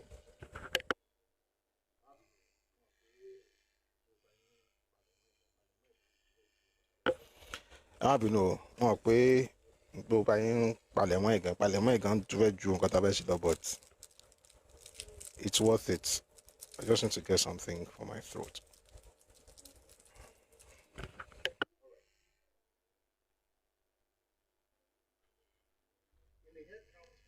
All right. In the head count of 13th May 1962, the first after independence, talking about census, it was established that the eastern and western regional governments had grossly inflated their region's population figures. Is it true? It's not. But again, we'll confirm from other books. Who is right? Who is speaking here? That is Shehu Shagari, who was former president of Nigeria, right? So it says in the head count of 13th May 1962, the first after independence, it was established that the eastern and western regional governments had grossly inflated their region's population figures. The east showed an average increase over the decade of 71%, the west just over 70%, and the north 30%. When verification checks were ordered, the north, whose original count was deemed reasonable, decided to follow suit. So while the East and the West wanted to secure more political representation and federal revenues, since these were crucially dependent on population, the North sought to maintain its relatively advantageous position. Now, let me just quickly correct some of the things. I'm using the word quickly too many times. Two books. Number one, let's quickly read some. You may take quickly, Isha. We're going to read the book by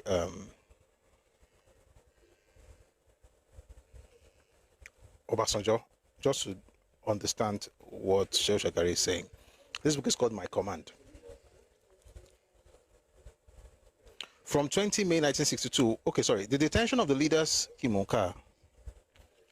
Guys, I need to calm down. I'll tell you why. I'm used to rushing. What's it, 6:30 thereabout, because we would have started at 1 o'clock. Now we've changed to 4 p.m. and I'm still rushing as though we're about to end. So I'm trying to calm myself down. It's taking a while, but I'll get used to it. So this is from Obasanjo's book, My Command. It says, meanwhile, the census of 1962 was alleged to be riddled with malpractice and inflation of figures of such astronomical proportions that the Eastern region refused to accept them. A second census was carried out in 1963, and even then, the figures were accepted with some reservations. So at least in this case, we know that it was actually the North who were against, not the East and the West. Two more sources, just to balance things out.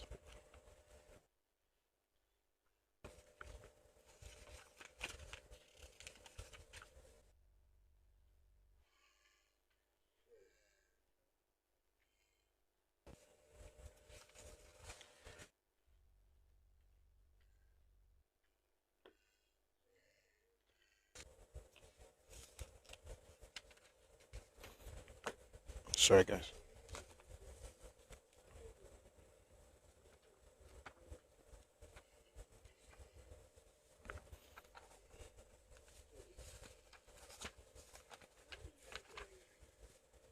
Okay, found it.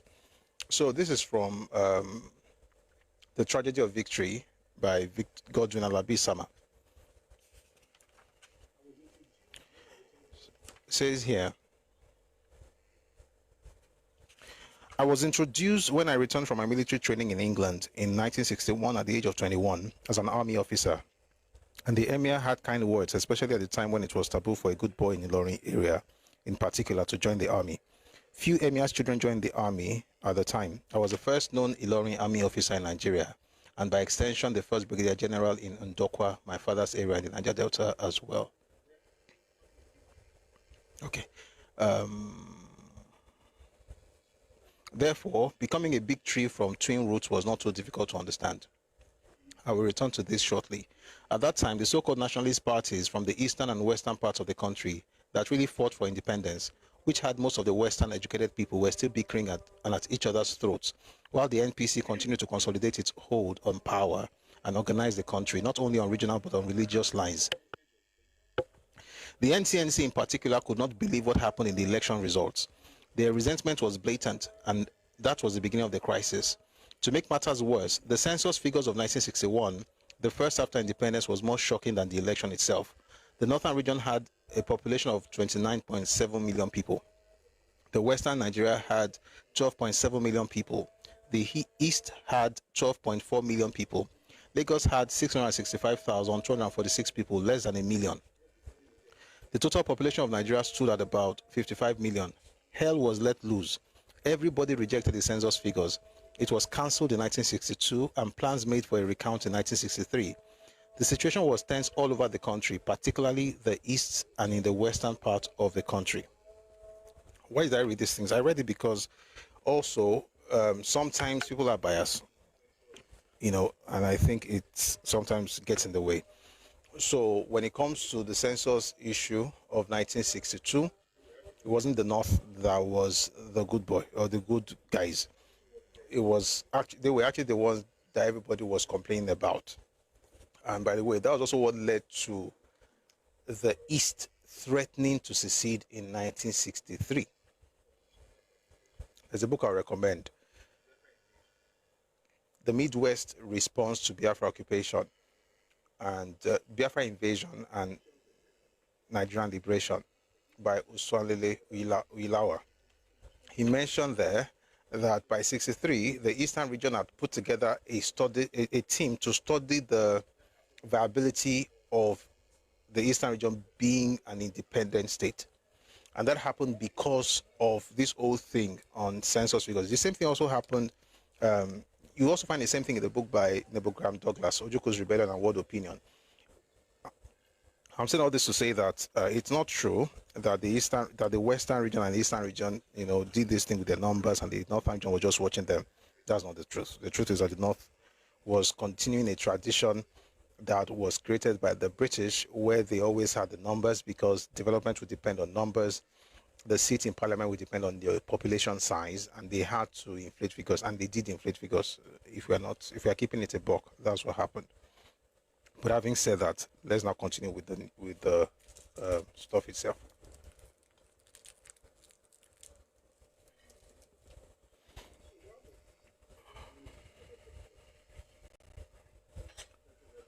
So he says, so while the East and the West wanted to secure more political representation and federal revenues, since these were crucially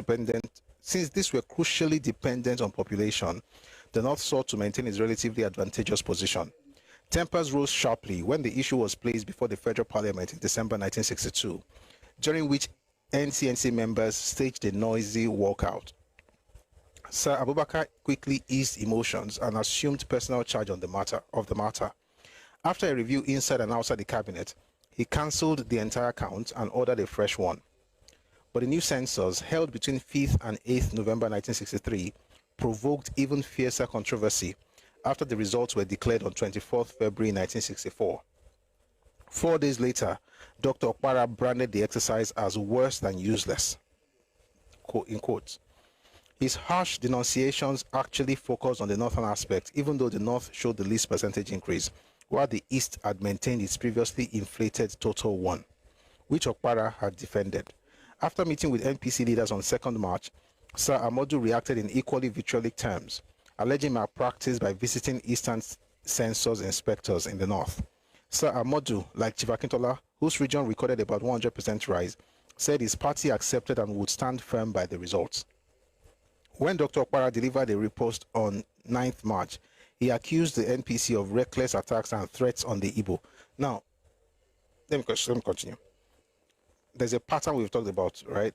I saw it on Twitter today. Somebody said what they are doing against Nnamdi Kanu is against Igbo. And I remember reading something here the other day from the thesis that Remedi Koya wrote called Between the Ethnic and National, when people say questioning Azikiwe in Lagos in 1948, 47-48, and the Igbo said any attack against Azikiwe was an attack against Igbo people. Anyway, the same thing happened here in 1964. Let me just read a few things. Yeah. When Dr. Okpara delivered a report on 9th March, revealing his true worry, he reported the Morning Post the next day, the alleged situation in which mere publication of the census figures precludes a leader of a major political party from aspiring to the leadership of the nation. 1 second.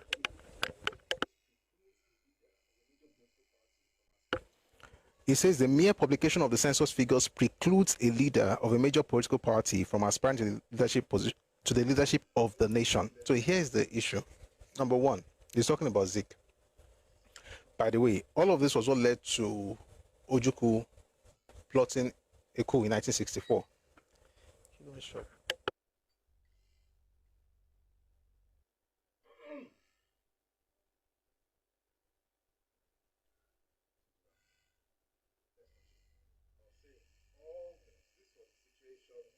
It is well. Let's continue. I was saying all this was the situation or the circumstances, right, that led to Ojukwu himself now, coming up with a coup. We'll read that later if need be. So I'll take that again.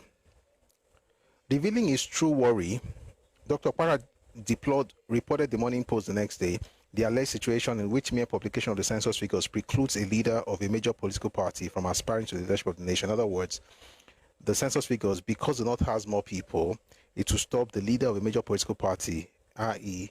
Nnamdi Azikiwe, from aspiring to the leadership of the nation. Why? Because now they discovered that, yes, it was there, but it didn't have any power. And how he got there, we discussed on Monday. And I think it was yesterday. Was yesterday or Monday? It was yesterday. We discussed how the British made him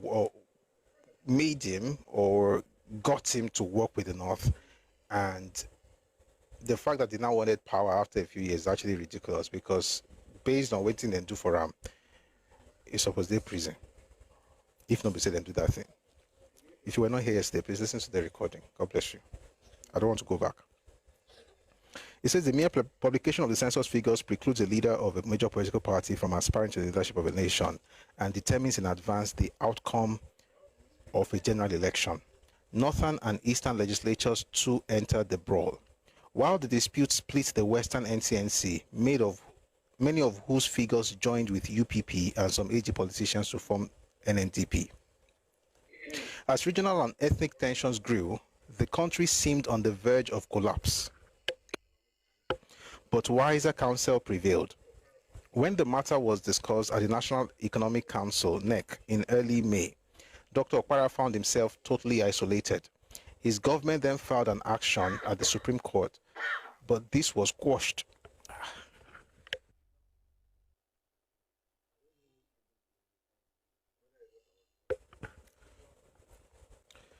I don't know whether it's what I'm reading or the air.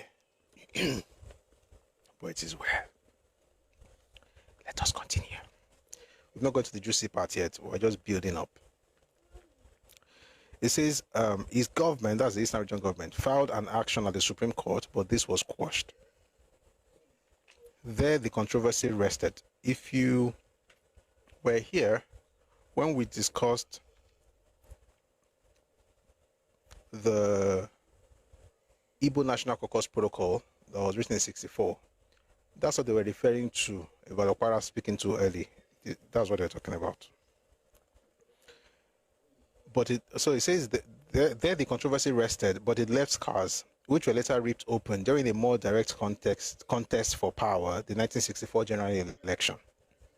In fact, other irritations and challenges continued unabated. Argument over the siting of a steel mill estimated in 1964 at £50 million added to the North-East rivalry. Matters were further complicated when the West also staked a claim. Ultimately, however, the NEC meeting in early May agreed to site half the project in the East and the other in the North. No sooner than this was settled, the question of revenue allocation cropped up. The East within those territory, hey Jesus Christ. I'm not reading very well, so I don't know if it's...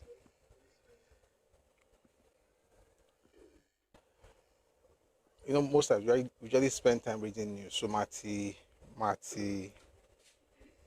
warm up. Did I say I never warm up? I'm a cabell on you. All right, let's go on. So we talked about the siting of the steel mill.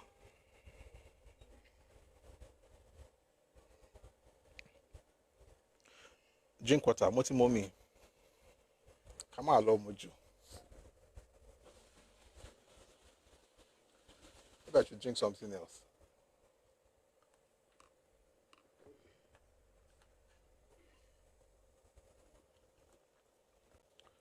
Okay. Let's go. No sooner than this issue was settled, the question of revenue allocation cropped up. The East, within whose territory there had suddenly been rapid expansion in oil production, wanted to retain all oil royalties. This meant changing the constitutional formula, which allocated 50% of mineral resources to region of origin, while the rest went 30 to 20 to the federal government and the distributable pool. Being increasingly hard-pressed financially, the other regions simply did not want any alteration in the allocation principle relating to need and population, nor did the sole commissioner, Mr. Kenneth J. Beans, appointed to examine the matter, share the Eastern view. What is he saying here? Let me explain. It's about to get really, really interesting. So, in the 1950s, the regions essentially depended on agricultural produce. It says I might benefit from having a mint like Tom Tom.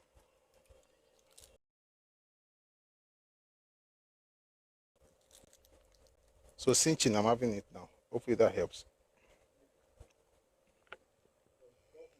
So here goes.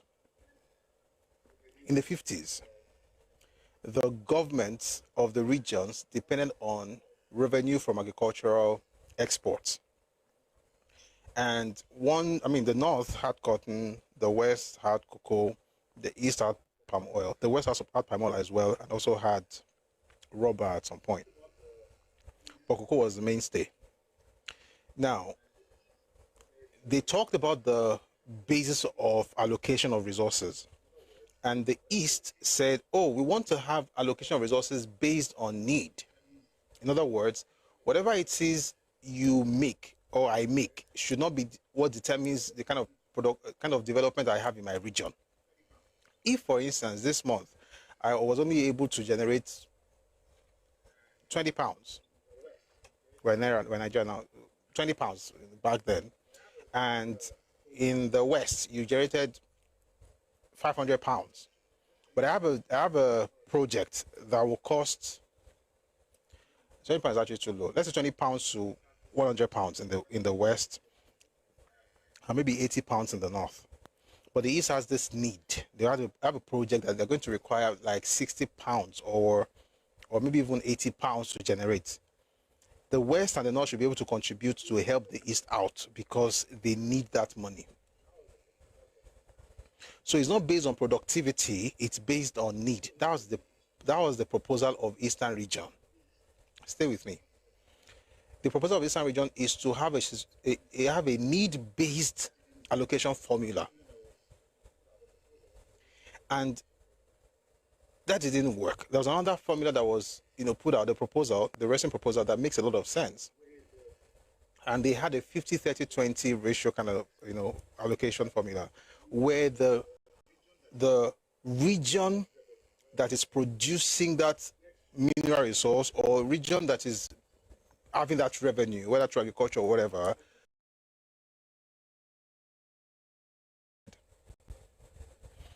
then they put 30% in a distributable pool, which they will share amongst all the regions. Then there's 20% for the federal government, which the federal government will use capital projects, paying, salaries, civil servants and stuff like that. So that was the formula they had. And everybody, people came up with they agreed to that formula rather than the need-based or population. It used to be population or need, but now they'll just use 50-30-20. And that was good. What that means basically is this. If the Western region generated 100 pounds selling cocoa, the Western region will keep 50 pounds. Then they will give 50 pounds to the government, to the federal government. 30 pounds of that money will go into a pool that the East, the West, and the North will share from. Then the remaining 20 pounds exclusively to the federal government. And everybody was okay. So the same thing for the North. Whatever you generated in the East, even if you generated 20 pounds, you take 50%, take 10 pounds, then you drop the remaining. As soon as oil was discovered in Oloibiri in commercial quantity, like I've said it before, that the first place oil was discovered in Nigeria. This might come up in the Redomi Republic game show. So if you want to participate, please be learning this. I'm giving you a Orijo Expo. The first place oil was discovered in Nigeria is a place called Araromi. It's in Ondo State. Right? 1908. It was by a German company, but they had to let it go because of World War I. Okay. 1956, oil was first discovered in commercial quantity in Oloibiri, which happens to be part of the Eastern region at the time. As soon as that started, the Eastern region came with a new proposal, and the proposal was to keep 100% of what they were producing. This is a person we've been sharing money with all these years because we are doing good people, great nation. 30% distributable pool.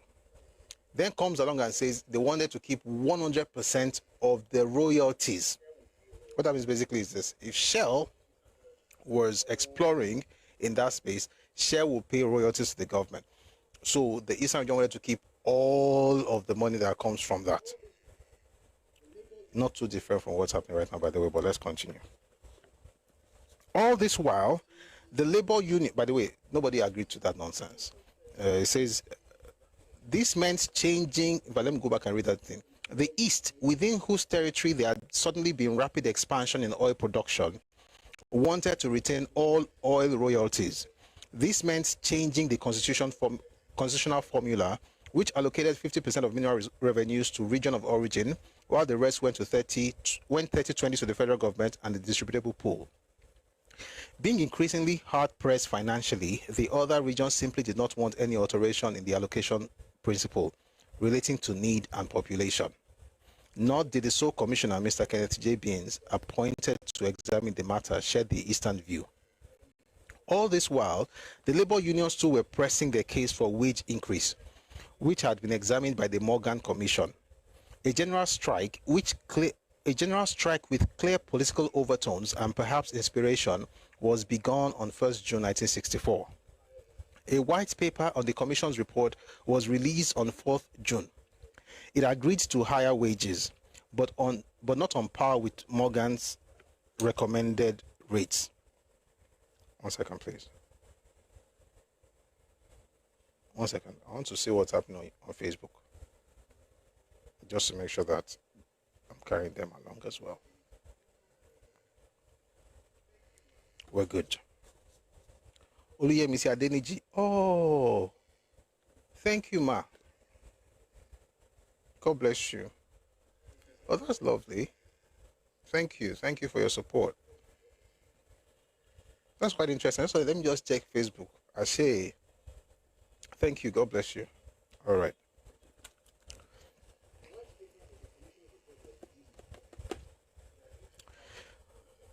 All right. A white paper on the Commission's report was released on 4th June.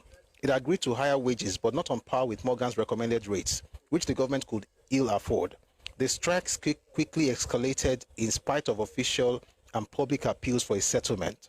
With over 800,000 workers out, tension rose sharply, and the government agreed on 12th June to negotiate new wage levels.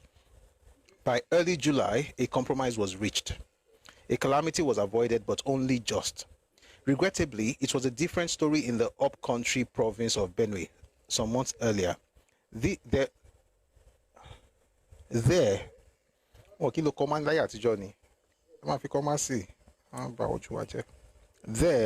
riots by the UMBC faithfuls swept through the thief country in February 1964, during which several hundred people were killed.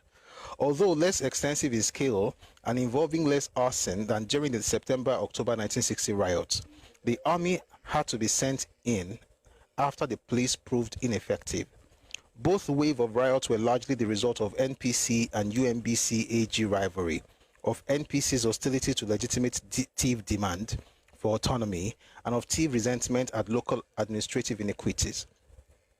Thanks to the appointment in March 1964 of the Kumasi Commission of Inquiry, the Northern Region government made some attempts to address the grievances of the thief. Several hundred of the rioters were, however, put on trial, charged mostly with public order offenses. Such then was the disturbing background against which the general election of 31 December 1964 was held, the first after independence. Moreover, the contest was now largely between the two powerful alliance partners, the Nigerian National Alliance, NNA, comprising mainly the NPC and the NNDP.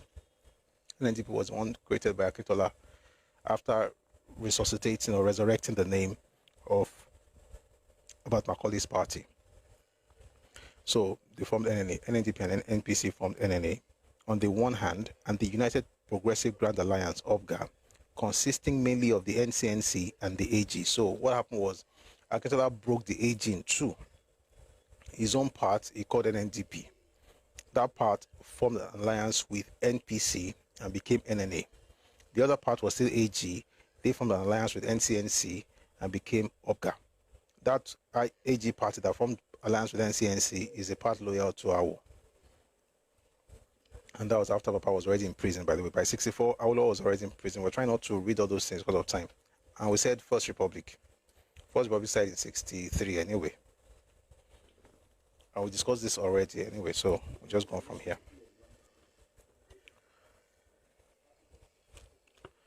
The campaigns for the election were full of rancor, intimidation, and violence, as party politicians openly used thugs in the name of vanguards or bodyguards. OPGA hastily and clumsily staged a boycott of the election, creating enormous confusion. Only in the eastern region was the boycott effective, thanks to NCNC's use of state machinery, which kept electoral personnel away from polling stations. The neutrality of many electoral officials elsewhere was also suspect. The police and the courts, by the way, that is the government of the eastern region stopping people from being able to vote because they said no voting. The neutrality of many electoral officials elsewhere was also suspect. The police and the courts tended in some instances to favor whichever party was governing their regions, a situation which generated considerable indignation. All this apparently vitiated the election outcome, particularly in the eyes of the losers. Accusations and counter-accusations of misdeeds were generously traded between the losers and the winners, that it was theoretically difficult, even impossible, to say whom was right or wrong.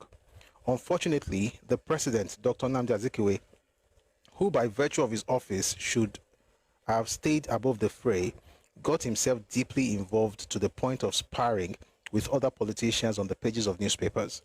But the fact of the matter was that the NPC-led NNA alliance had, in spite of all the lapses, won the election. This the OPGA rejected and thus provoked a constitutional crisis.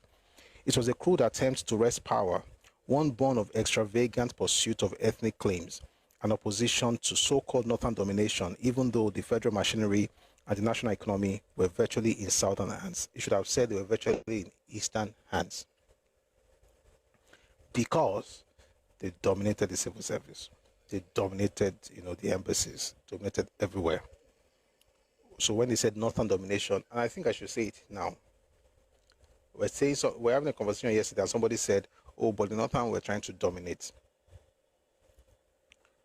I don't think people really understand the idea of domination in the 60s. The only group, in my opinion, that can talk about the northern domination in the 60s are folks in the north, particularly in the middle belt. If you're from the south, there was no northern domination in the south. The only way it affected Yoruba people was that we had people in the north, e.g., Ilorin province, Kaba province. But it was not a national domination. The people who had the plan to have a national domination and even wrote it down and said it were the Igbos. And they did it. This does not mean that the North did not do anything. The North did, but most of what they did before they now got on Papa's case to send him to prison, most of what they did was actually limited to the North. Of course, to the chagrin of the northern minorities. But what I'm saying here is this. The folk who is always shouting the North was trying to dominate was actually the one who was dominating everywhere, including the civil service and everywhere, they could dominate. I recall with sadness the day Dr. Azikiwe summoned Prime Minister Balewa to the State House on the latter's return from Bauchi after the election. I was the only NPC minister present in Lagos on that day, Saturday, January 1, 1965. On his return from the State House, Balewa told me that Dr. Azikiwe had decided not to invite him to form a new federal government because he believed the NPC had not won the election. Accordingly, Azikiwe demanded Balewa's formal resignation, a request Balewa declined. Balewa also said he suspected the president had something up his sleeves, for Dr. Azikiwe was understood to have met the armed forces and police chiefs to remind them of their oath of allegiance to him as president and their commander-in-chief, and actually also to the government of Nigeria. Accordingly, they were duty-bound to carry out his orders, which he warned might be issued sooner rather than later. Please pay attention. I'm going to read another book very soon. Accordingly, they were duty-bound to carry out his orders, which he warned might be issued sooner rather than later. The PM asked me to intimate Sir Ahmadu Bello in Kaduna about the situation in the usual manner. That is, in the coded language which Sir Ahmadu and I use whenever we discussed sensitive matters over the telephone. Sir Ahmadu's reaction was that I should advise the PM to leave Lagos at once, a suggestion Balewa flatly ignored. We're coming back to this book. I want to show you something very quickly. Edauto, the book is Beckon to Serve by Shehu Shagari, but there's something I want to quickly show you.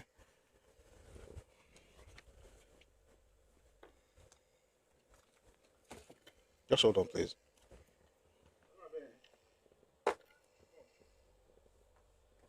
Hello, Ambe.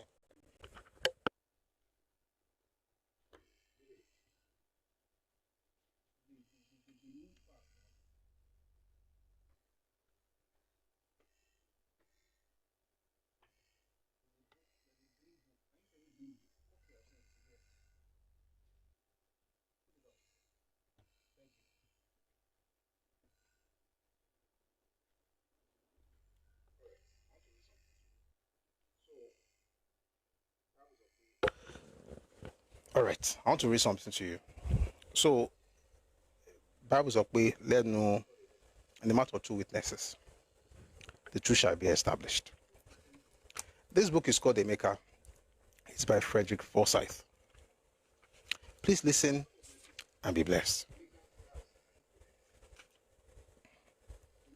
In the autumn of 1964, Emeka, that's Chukwuemeka Odumegojukwu, Emeka called a meeting of the Nigerian staff officers in Lagos and put to them a question. No British officers were asked to attend. The question was this. Nigeria's president was by then an Easterner of the NCNC party. Although a non-executive president, Dr. Nnamdi Azikiwe was also holder of the title of Commander-in-Chief of the Armed Forces. But the democratically elected government was of the NPC party, headed by Alhaji Abubakar Tafawa Balewa, under whom the defense minister was Alhaji Ribadu. In the event of a political crisis, and in the event of conflicting orders from president and premier, whom should the army obey? Who is asking this question? Ojukwu. Who is he asking? Nigerian officers. Okay, stay with me. No one knew. No one had the faintest idea. No one had ever thought of it before. They agreed that Emeka should find out exactly where they all stood, and as quickly as possible. He resolved to consult the British General Officer Commanding, General Welby Everard. But before he could do so, Lieutenant Colonel Yakubu Gowon, who had attended the meeting and said nothing, eager as ever to seek favor. I don't believe this thing, but let's read it. Eager as ever to seek favor with the British, something that still continues today, had run to General Well. I have to stop to explain this. This is nonsense. It's not about being eager to seek favor with the British. It's because this is not the first time, right? I'm going to read another book later. Let's finish this one because the author of this book himself said it in his own memoir that he was on the side of Biafra, Frederick Forsyth. Okay, I have that memoir somewhere. The man was a propagandist just like Chinua Achebe. So the jab at Yakubu Gowon was unnecessary, but I mean, true to form. Anyway, it says here that Yakubu Gowon had run to General Welby Everard. He said he was eager to seek favor with the British, which I don't really think was what was happening. But let's continue. He had drawn to General Welby Everard with a tale that Emeka was holding political meetings. Guys, I am distracted. I am distracted because of one thing and one thing alone. If I keep reading and I don't address this particular thing, we would not understand why I switched and said he was a propagandist. So just so that we can all be together and I will be on the same page and I will not be distracted, would you mind if I read something from David Ejo? Why he says here that Yakubu Gowon was eager to seek favor with the British. The real reason is this. A year prior to this meeting in 1964, in 63, Ojukwu had done something similar when he had called together certain people to organize a coup.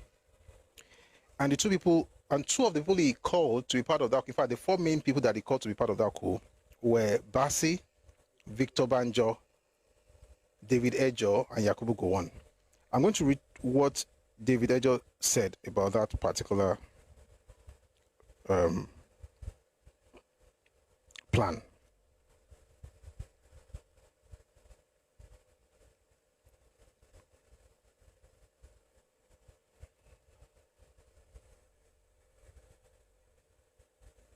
Bro.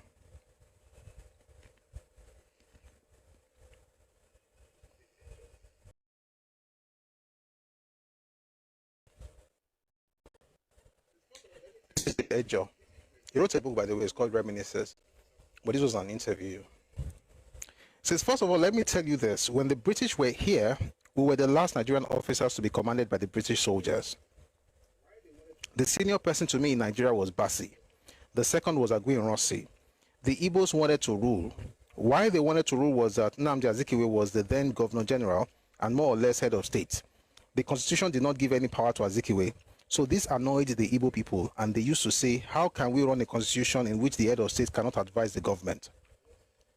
The government cannot contact the head of state for any advice. Is that not similar to what Michael Okpara said, or what Michael Okpara said in the Morning Post that Shehu Shagari referred to earlier? In case you were not here, I'll just read down very quickly. It says here, mere publication of the census figures precludes a leader of a major political party from aspiring to the leadership of the nation. In other words, they had the president, but he had no power. He couldn't lead the nation, essentially. But let's continue. The constitution did not give, so we're back to David Ejo. The constitution did not give any power to Azikiwe. So this annoyed the Igbo people, and they used to say, how can we run a constitution in which the head of state cannot advise the government? The government can take over since they were already leading, and yet the Igbo soldiers decided to organize a coup. But at that time, there were 4 major leading officers, which included me, Yakubu Gowon, Bassi, and Ojukwu. Igbo people relied on Ojukwu for the coup, and they were able to convince the Yoruba. Ojukwu and Banjo now contacted me and Gowon for a coup, but we refused. Gowon and I refused, and they went on their own. But we then reported to that European officer, General Foster. I and Gowon reported to him that some people were trying to plan a coup. He called all of us, the Nigerian army officers, and advised us not to organize any military coup. When Ojukwu's father heard about this, he put a memo into the House of Assembly and so on and so forth. Here's the point. That Ojukwu was trying to organize a coup, but there were other things that happened around that thing. So let's go back to the book by Frederick Forsyth now. Having read that, hopefully we'll tie everything together. So, autumn of 1964, Emeka calls the meeting, has all the Nigerian officers together, right, in Lagos, right, and asks them that in the event of a political crisis and in the event of conflicting orders from president and premier, whom should the army obey? So they said we're going to ask the general officer commanding, who was British, that's General Welby Everard. But according to this author, before they did, Gowon had met with Everard. The general summoned Emeka and asked him what he was up to. Emeka replied that he would be delighted to explain, but that he wanted the same group of officers he had already spoken to be present at the meeting. The general agreed, and the officers were summoned. Emeka went through it all again. When he had finished, General Welby Everard was lost in thought. You are quite right, he said at length. I don't know the answer. It never occurred to me. Why didn't you come to me first? Because, replied Emeka, this is a Nigerian affair and you are a British officer first. If the worst comes to the worst, the British High Commission may order you to stand aside. That would leave us not knowing which way to go. We have to know. Welby Everard admitted that if ordered to stand aside, he would obey his British orders and do so. He promised the officers he would consult the country's senior legal officer, the Attorney General, for a ruling. Then he rounded on Gowon and ticked him off for spreading. That's just nonsense. As they left the meeting, Emeka asked Gowon why he had considered it fit. Let's just move straight to what happened. The general consulted the Attorney General and got the ruling. It was clear. In the event of conflict, the officer called should obey the democratically elected political leader of the country, the Prime Minister or his subordinates, the Defense Minister. The worst did not come to pass that winter of 1964, but it did 14 months later in January 1966, with the president out of the country. The point is this. As of 1964, 2 things were happening. Azikiwe was trying to do something with the soldiers, as recorded in Shehu Shagari's Beacon to Serve. Ojukwu was also doing something with the officers, as recorded in this book by Frederick Forsyth. And what the villagers has told us is the fact that they actually indeed they were going to actually have something done. but they were reported to General Foster. But there's another report, and it's from Odia of Famon. He wrote a book called The Forgotten Documents of Nigerian Civil War. I'm not going to open it because of time. And in that document, he also said the same thing, that Ojukwu was planning a coup and they're going to work together with Nnamdi Azikiwe. Let's go back to Beckon to Self by Shehu Shagari now.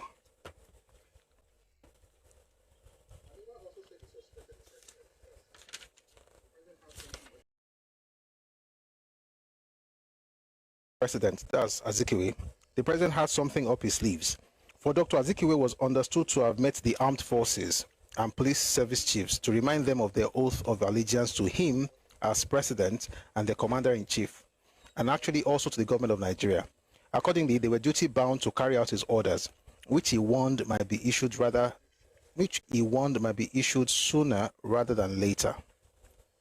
The PM asked me to intimate Sir Ahmadu Bello in Kaduna about the situation in the usual manner, that is, in the coded language which Sir Ahmadu and I use whenever we discuss sensitive matters over the telephone. Sir Ahmadu's reaction was that I should advise the PM to leave Lagos at once, a suggestion Balewa flatly ignored. In the evening that same day, Senator Dr. Majakodumi, who remembers him? Majakodumi. That was the man that was sent to become the administrator after the Balewa government declared state of emergency in Western Nigeria. In the evening that same day, Senator Dr. Majakodumi and I visited Sir Adedokunbo Adegboyega Ademola, the Chief Justice of the Federation, at his residence, where we also met Dr. Taslim O. Elias, the Attorney General and Minister of Justice. Both told us that there were strong indications the army might intervene very soon, at the instance of the president. When was this? 1964.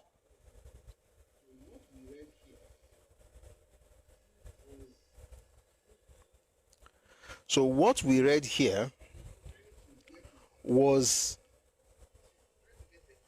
Ojukwu trying to get his people's buy-in, not his people, trying to get the army officers buy-in so that whenever Azikiwe gave them the go-ahead, they will just follow him. And that's why he asked that question. In the case of conflicting orders from the Prime Minister and the President, whom should we follow? Because they knew something was up. That thing that was up is what this man is talking about. And he's not just talking about himself, he's mentioning names, and those people were alive when he wrote the book. He says Senator Dr. Majakodumi and himself visited Sir Adedokunbo Ademola, who was the Chief Justice of the Federation, at his residence, where we also met Dr. Taslim O. Elias, the Attorney General and Minister of Justice. Both told us that there were strong indications the army might intervene very soon at the instance of the president, and advised that something be done immediately. They had already asked Dr. Majakodumi to advise the PM to instruct the service chief to disoblige any orders from the president. They now wanted me to help persuade Balewa to act instantly. I proceeded to Balewa's residence and urged him to accept the advice, or the one earlier offered by Sir Ahmadu. Balewa refused both, but after continuous urging, he decided to summon the service chiefs the following morning, rather than that night, as I insisted. I'll take that again. I proceeded to Balewa's residence and urged him to accept the advice, or the one earlier offered by Sir Ahmadu. Balewa refused both, but after continuous urging, he decided to summon the service chiefs the following morning, rather than that night, as I insisted. Meanwhile, Sir Adedokunbo and Dr. Elias took a new initiative. They requested Survey Bayramian, a British Cypriot, a British Cypriot and Justice of the Supreme Court, to speak to his fellow British national, Major General Sir Christopher E. Welby Everard, the General Officer Commanding, to dissuade him from taking any precipitate action which might implicate and embarrass the British government. Justice Bayramian accordingly advised Major General Welby Everard on his constitutional position, pointing out that the office of the president was ceremonial and that it was the PM who had the constitutional power to issue orders to the armed forces. Are you noticing something? I'm doing this intentionally. Are you noticing something? Are you noticing that what you are reading here is what these people are reporting in this one. That what Ojuku's people are talking about, in control behind the scenes that led to him getting that information is what we are seeing in the book by Shehu Shagari. And if you want to study Nigeria's history, any history by the way, but particularly Nigeria's history, that's the best way to do it, or else you'll be swinging propaganda. Anyway, let's continue. So they told him that Justice Berman accordingly advised Major General Welby Everard on his constitutional position, pointing out that the office of the president was ceremonial and that it was the PM who had the constitutional power to issue orders to the armed forces. Sir Adetokunbo also took another initiative. He contacted Dr. Azikiwe's intimate, Sir Louis Mbanefo, the Chief Justice of the Eastern Region, and persuaded him to use his influence on the president to defuse the crisis. Sir Louis, assisted by Dr. Dan Onora Ibekwe, the Eastern Region Attorney General, both of whom also shared Justice Berman's view, got busy working on the president as well as on the PM. Simultaneously, Dr. Okpara, leading other OBGA figures and sympathetic trade union leaders, continually pressed Dr. Azikiwe to stand fast. Alhaji Muhammadu Ribadu, the Minister of Defense, later arrived from Yola and immediately began extensive consultations with the relevant groups, including the armed forces chiefs. When Dr. Azikiwe appeared unnecessarily difficult, Ribadu called an emergency meeting of the NPC ministers to reappraise the situation. After considering the various options, it was decided that the constitution be utilized if the president remained unreasonable. Clause 39(1)(b) of the constitution provided that during any period while the president is absent from Nigeria or is in the opinion of the prime minister unable to perform the functions of his office by reason of his illness, the Senate president would act on his behalf. But if the latter was unavailable, the constitution also allowed the federal chief justice to act as president. Incidentally, Dr. Azikiwe had since May 1964 been spending a great deal of his time at his Nsukka country home, during which period it was announced that he was unwell and required specialist medical attention. Now, the idea was that since the Senate presidency was vacant following the dissolution of Parliament, and President's professed illness would be officially recognized and proclaimed to enable the Federal Chief Justice to stand in for him, thereupon the Federal Chief Justice would ask Balewa to form a federal government. Somehow, this plan rapidly leaked to Dr. Azikiwe late on Sunday. I'll tell that again. Somehow, this plan rapidly leaked to Dr. Azikiwe late on Sunday night, 3rd January 1965. Within hours, the State House issued a statement, which the press carried the following morning. It said that Dr. H.I. Idehe, the president's physician, had announced that Dr. Azikiwe, who was recently indisposed, is now quite fit and fully recovered and capable of fulfilling all his engagements both inside and outside the State House. This frustrated our plans.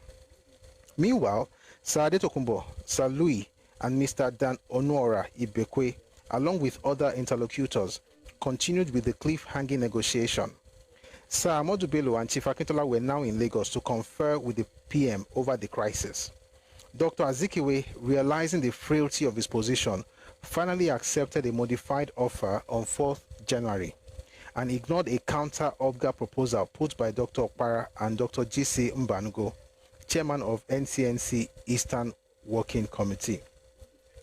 The president then broadcast his decision to reappoint Balewa as PM on a number of conditions. Among the terms were that Balewa would form a broad-based national government comprising NNA and OBGA members. Hence, certain ministerial positions were to be reserved for the NCNC pending the Eastern Region by-election, scheduled for March 1965, a contest the NCNC was certain to win. That elections were also to be held into the Western Region Assembly in October, presumably to give the AG a fresh chance to wrest power from the NNDP, and that a commission would be formed to review the constitution. Balewa found the terms unacceptable and declared that he could no longer put up with NCNC blackmail. He accordingly offered to resign and return to his farm in Bauchi rather than work with NCNC ministers, some of whom he considered elusive and selfish. Sir Ahmadu Bello and other NPC leaders exerted tremendous pressure on the PM to accept the compromise in the national interest. These Balewa reluctantly did, having wept bitterly. It was deeply moving for some of us present to see this fineness of worthies reduced to such spectacle. A new federal government was formed on 7th January. It embraced all the major political parties except the Action Group, whose leader was in prison. Most returning NPC ministers retained their previous portfolios, and new ministries had to be created to accommodate the newcomers. Malam Aminu Kano, the NEPO leader, was appointed government chief whip, while among subsequent NCNC beneficiaries was Mr. Dan Ibekwe, who received the junior ministerial office. Dr. Orizu, also of the NCNC, was reappointed president of the Senate. There was peace, but only for a short while. This was not surprising. Balewa, I believe, was right in his principled opposition to the politics of regionalism, spoils, and blackmail that the compromise epitomized. Over the years, these maladies have, I dare say, eaten deeper into our social and political fabrics. These have not only undermined the ethics of selfless service to country and the efficacy of government, but generated factional strife and political instability as well. Regrettably, too many people condone and even encourage them. Many are, however, genuinely disturbed by them, and some do voice their abhorrence. But then, only very few are prepared to stand up and be counted upon to go out there and change things. As Balewa's challenge to Obga blackmail triumphed, the course of subsequent events might have been somewhat different. What seemed at the time a personal defeat for him was eventually to lead to an unmitigated disaster for all.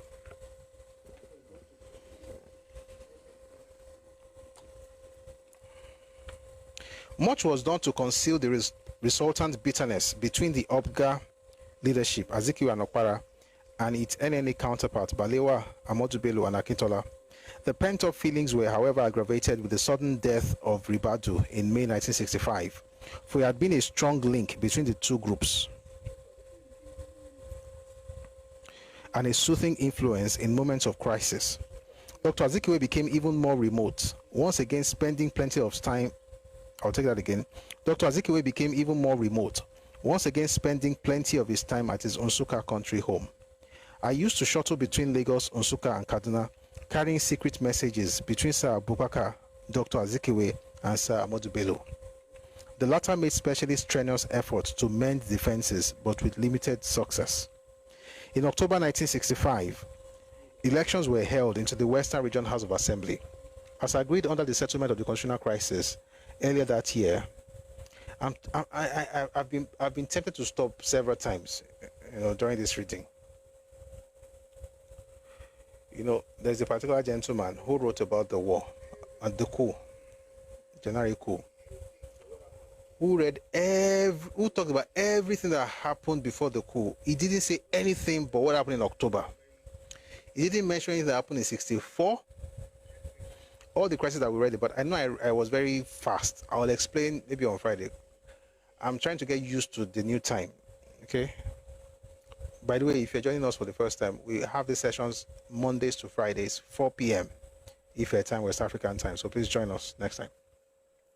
Tomorrow. I'll slow down to explain all these things, but I just need to read it, straight now. But here's the point.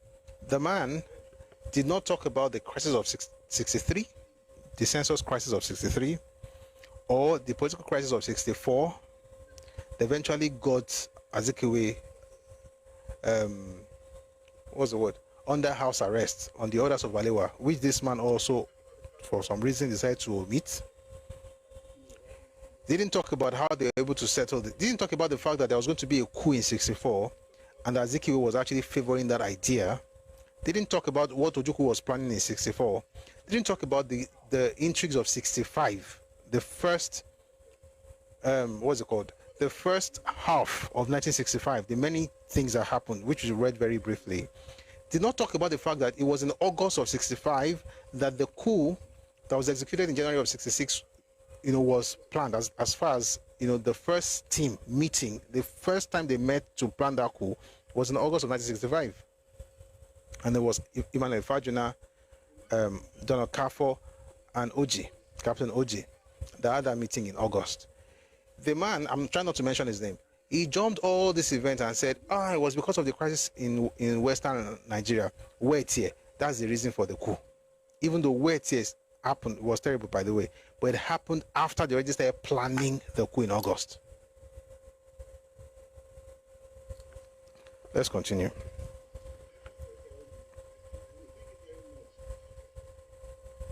In October 1965, elections were held into the Western. By the way, thank you very much, Edelto, for the roses.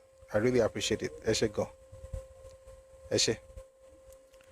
In October 1965, elections were held into the Western Region House of Assembly, as agreed under the settlement of the constitutional crisis earlier that year. Here, unlike in the Eastern region, where NCNC's predominance was virtually total, the ruling NNDP was faced by a formidable foe, the AG, and one with an acute sense of grievance at its displacement from power by its own splinter group. Moreover, because the NNDP was NPC's main southern ally, the battle seemed as yet another acid test for supremacy between the NNA and the OPGA. The elections were won by the NNDP, but as might be expected, greeted with the allegations of widespread rigging and other malpractices from the AG. Itself the past master of the game. Although, by the way, this man was an NNA, so he supported Akintola, just saying. Although the misdeeds were exaggerated, the alleged pre-election bravado of such figures like Chief Remi A. Fanikaude, the Deputy Premier Western Region, that the NNDP would win the elections, whether it was voted for or not, did not help matters. A reign of terror was unleashed by AG thugs and sympathizers, who attacked, maimed, and killed their opponents. Operation Wetie, by which opponents were doused with petrol and then set ablaze, became rife, as did the looting and destruction of their personal and real properties throughout the region. Why was this happening? So let me explain just a little bit. You see, I had been sent to prison in 63, and every one of these days we're going to have a session on the case. If you're interested and you're in a hurry, I recommend 2 books. Chief Awolowo, The Political Moses by Odugua, and Awolowo's own book, Adventures in Power, Book 1, My March Through Prison. We're going to read those 2 books, so you understand what led, and also Book 2, The Traverse of Democracy and the Rule of Law. Those 2 books by Awo. If you read those 3 books, you understand the entire case and how it went down and what happened while he was in prison. One of these days we'll have a session on that. But here's the point. Awo endured 9 months of trial, treasonable felony trial, 9 months. And this was around the time, just about the time we was, getting done with the Coca inquiry. Eventually he was sent to prison in 63. And then eventually there was, there had been a state of emergency. We've had issues. Adegbenro became premier. Akintola said no. They went to court, went all the way to England. Finally, Adegbenro was there. The Akintola was put back by Tafa Balewa. People were watching. All right? People were watching. Then in 65, Fanika, they now had the guts to say that on the bow, and I'ma win. Because the party had broken into 2. AG was with NCNC and OPGA. NNDP had aligned with NNA, or with NPC to form NNA, and then people were seething. When the results were, when they declared that, in this particular case, by the way, the results came out before the elections were over. That Akintola won. That was when people now hit the streets. What they did, bad stuff. I'm just trying to explain the things that led to the terrible events. That we're not just like, wait here. They wait here because until dry it. The revolt was greatly stimulated by an undercurrent public discontent. Since the constitutional crisis in early 1965, many people had, at AG's surreptitious instigation, refused to pay taxes. Accordingly, the regional government's ability to finance its activities, including the payment of salaries to public employees, increasingly weakened. This is nonsense, because it was actually Akintola himself who reduced taxes in some cases and abolished taxes in some other cases. He abolished taxes for women in Egba, Ijebu, and Remo divisions, against the better judgment of Awo and the party. So if people did not pay you taxes, don't blame anybody. Anyway, I don't know. I don't want to stop to explain, but sorry, Go by the Danone. And when the re-elected NNDP government, threatened by bankruptcy, cut the price of cocoa paid to farmers as its first major act, it provided an added and tempting incentive for the people. That's also not true. I think we discussed this the other day, so I don't have to explain it. How they cut the price of cocoa paid to farmers, again against the better judgment of Awo and the party. But again, this author supports Akintola, so it's okay. We understand where this is coming from, but it's not true. But let's go on.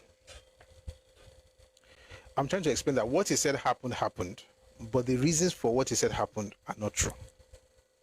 Okay? The events happened, but the reasons are not the ones he's giving.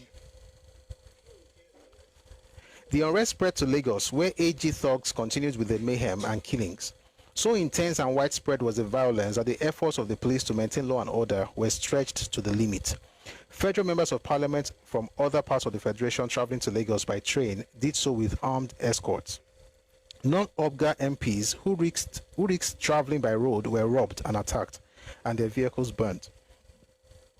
When it became utterly dangerous for NPC federal legislators to travel to Lagos for sittings of federal parliament, the party headquarters in Kaduna decided to ensure their safety. Personal bodyguards, drawn from a genre of people known in Hausa as Yantauri, tough characters who by some sort of supernatural means are immune to injury from offensive weapons like knives, swords, machetes, and chisels, were recruited from all over the north and gathered in Kaduna. Each of the legislators was allocated 2 bodyguards. The party entrusted me with the task of feeding the Yantauri, numbering about 200, while they were in Lagos. 50 bags of rice and money were sent from Kaduna for the purpose. I hired a contractor, Alhaji Buhari Agege, to feed the bodyguards. They were staying with their escortees at Leko Flats, the legislators' quarters, whose acronym derived from the erstwhile Legislative Council. The contract, in other words, Okweruku Alati North. Eruku Yakpa. The contractor brought all the necessary cooking stuff to Lego Flats by lorry one evening. Members of the opposition parties got suspicious and scared, and some informed the police that they had seen a lorry unloading small arms at the flats in the middle of the previous night. They alleged that the bodyguards were NPC's private army, who were being armed to attack opposition MPs. While MPs were in parliament the following morning, the police raided Lego Flats and arrested all the bodyguards. When the matter was reported to me, I went to the police force CID at Alagbon Close to find out what had happened. I was shown a room where the police had stored all the small arms recovered from the bodyguards, which in fact were knives, swords, and bows and arrows. The suspects were locked up in another room. It was a pitiful yet ridiculous spectacle. The usual boastful Yantauri for once appeared tamed, rather haggard and helpless. They were happy when they saw me and begged to be rescued. After a protracted discussion with Mr. John Lynn, a British Assistant Police Commissioner and the CID boss, I managed to bail them out and provided their... I managed to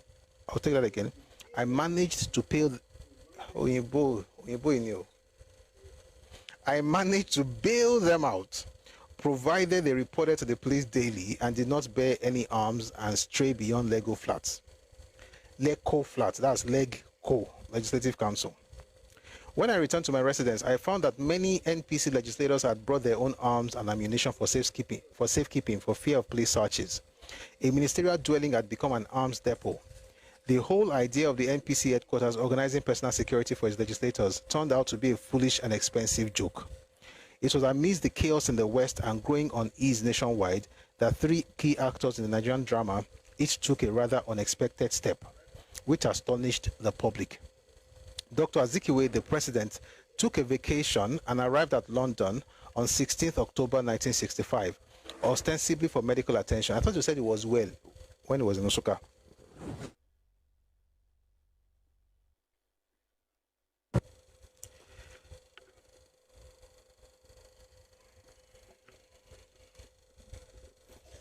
There's a document from the British Archives. Maybe we'll read that some other time. But let's just stay with this book. We're almost done.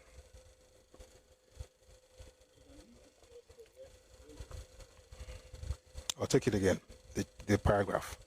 It was amidst the chaos in the West and growing unease nationwide that 3 key actors in the Nigerian drama took The three key actors in the Nigerian drama each took a rather unexpected step, which astonished the public. Dr. Azikiwe, the president, took a vacation and arrived at London on 16 October 1965, ostensibly for medical attention. In other words, the man was away since October.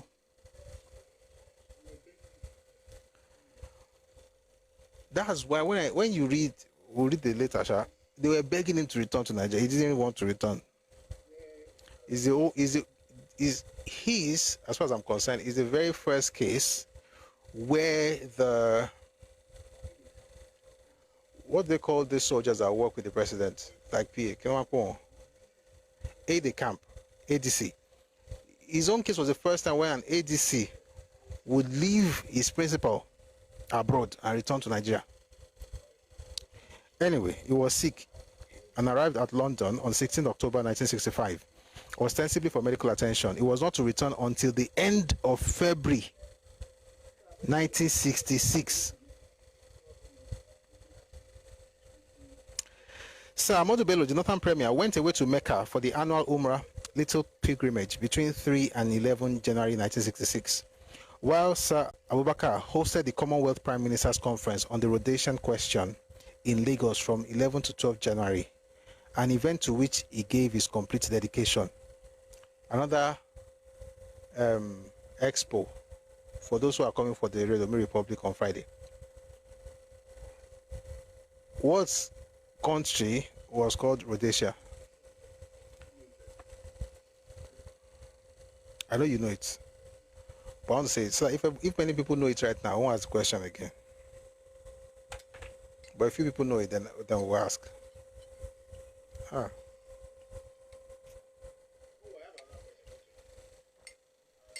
I'm not asking the question again. SEO. Oh, I have another question I'm going to ask. Let me write it down. I have caught you. I hope I'm not the one that will be caught, shall.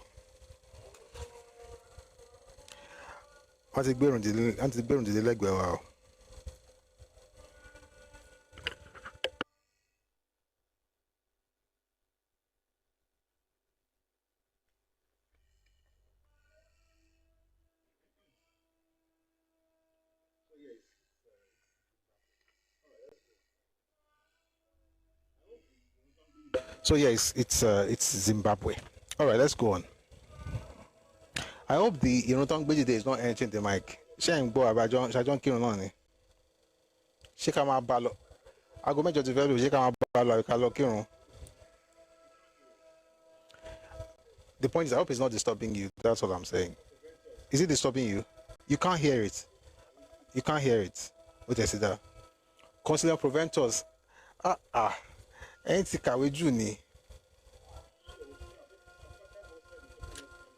right, if it's not disturbed, let's go on. So, Sir Abubakar hosted the Commonwealth Prime Ministers Conference on the Rhodesian question in Lagos from 11 to 12 January, an event to which he gave his complete dedication.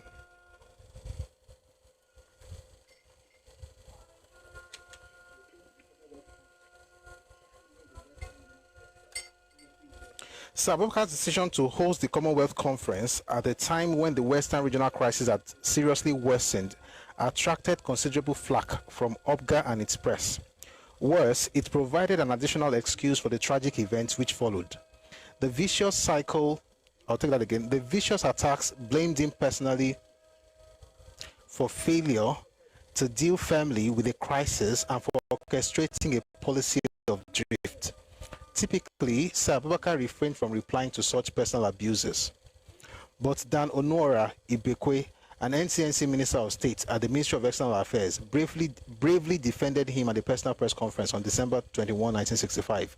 Himself an outstanding lawyer, Mr. Ibekwe argued that the PM's critics who wanted a state of emergency declared in the West and assailed him for not acting accordingly were either oblivious of the constitutional limitations or neglectful of his stipulations. Rather than address the constitutional question posed by Mr. Ibekwe, the NCNC and his press sharply flayed their own man for explaining Sir Abubakar's predicament. The quandary was put with devastating simplicity and sincerity by Sir Abubakar himself. In his last press interview given to Bridget Bloom on Friday, January 14, 1966, and published in West Africa of January 29, page 113. Quote, I have no power. I just have no power.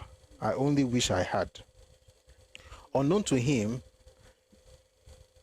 something ominous was lurking. It was to strike with a crow bang in less than 24 hours. An unknown and unexpected visitor called at my ministerial residence on 19 Kingsway Road in Ikoyi on Friday, January 14, and requested to see me to deliver an urgent message. By the way, this section is titled Tragedy at Dawn. An unknown and unexpected visitor called at my ministerial residence on 19 Kingsway Road in Ikoyi on Friday, January 14, and requested to see me to deliver an urgent message. When I received him, he introduced himself as an NPC intelligence agent with his identity card as proof. He said he was under instructions by my party to report through only one person, Alhaji Wada, the defense minister. But because Alhaji Wada was abroad, he had an extremely important information, he decided to contact me as he understood I was close to the PM. He urged me to immediately inform the PM to press striking customs men to call off their action promptly. Some coup plotters, he alleged, were taking advantage of the strike to bring arms into the country, and that he had evidence that a truckload of arms had already arrived at Lagos. He could not, however, say whom the conspirators were or when they intended to act, but insisted I must contact the PM at once. We parted never to see again. I drove straight to the PM's Onikon residence, where I met Mr. Jacob C. Obande, the Minister of Establishment, in the waiting room. It was about 6 p.m. Mr. Obande had come to inform Sir Abubakar of the outcome of his negotiations with the striking customs men. We waited for some time as Sir Abubakar was busy seeing 3 of his cabinet confidants, Dr. K.O. Mbadiwe, Jesus Christ.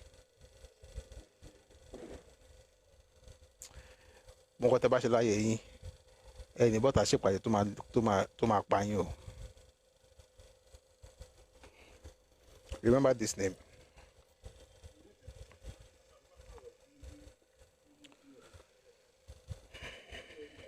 We waited for some time as Abubakar was busy seeing 3 of his cabinet confidants, Dr. K.O. Mbadiwe, Trade, Dr. Elias, Attorney General, and Mr. Raymond Njoku, Communications.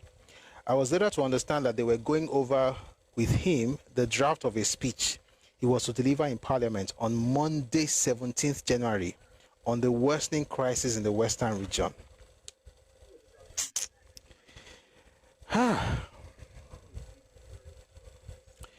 When was this happening? Friday, January 14.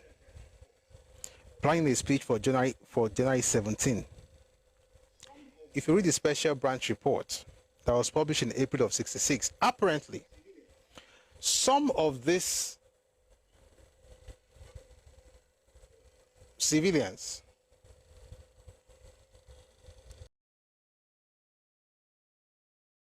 the day after, that was on Saturday, so they knew that I would never deliver this speech on Monday.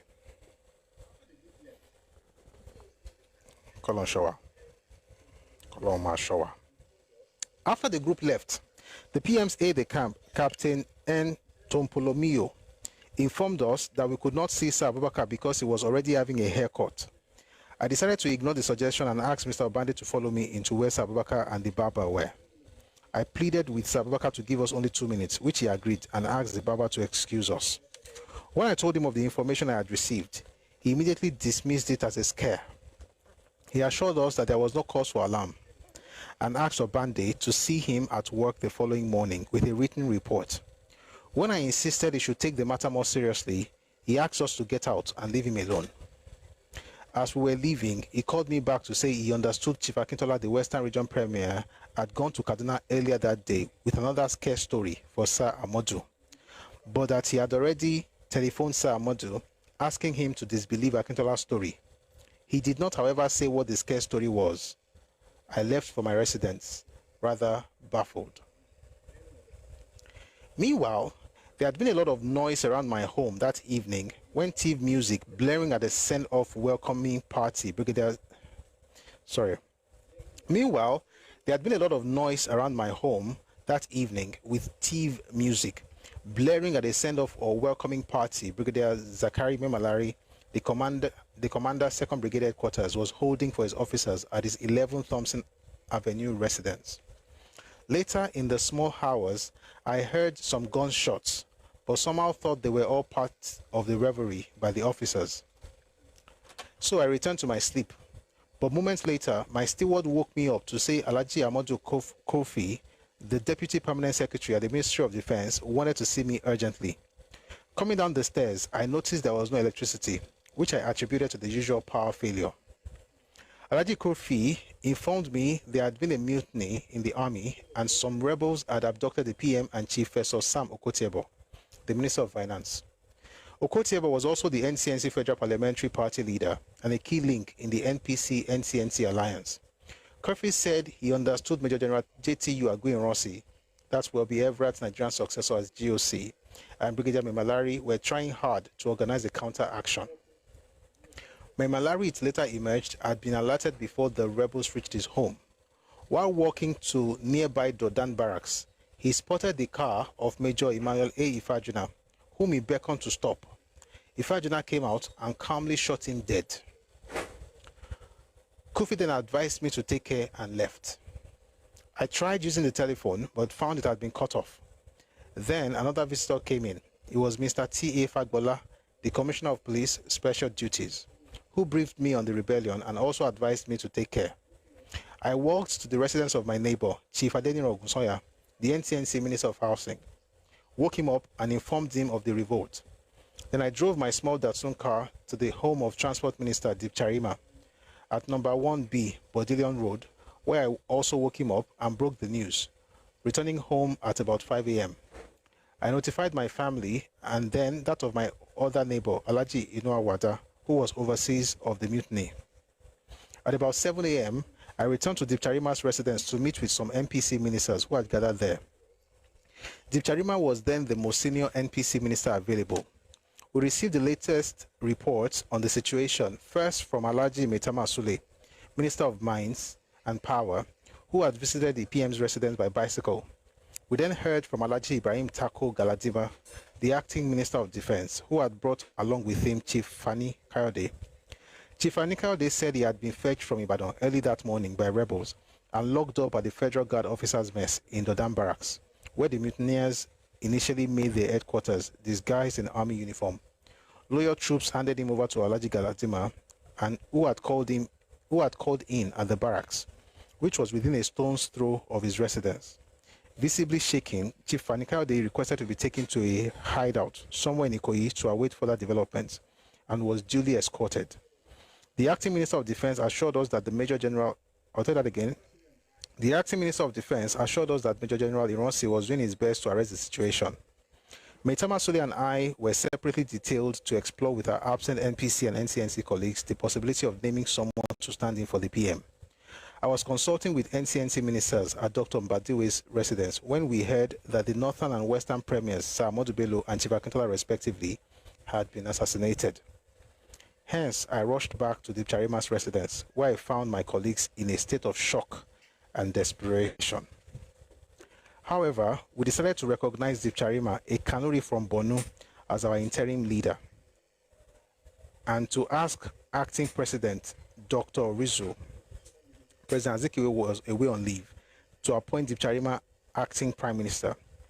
We also summoned Major General Ironsi and gave him full authority to use every force at his disposal to suppress the rebellion.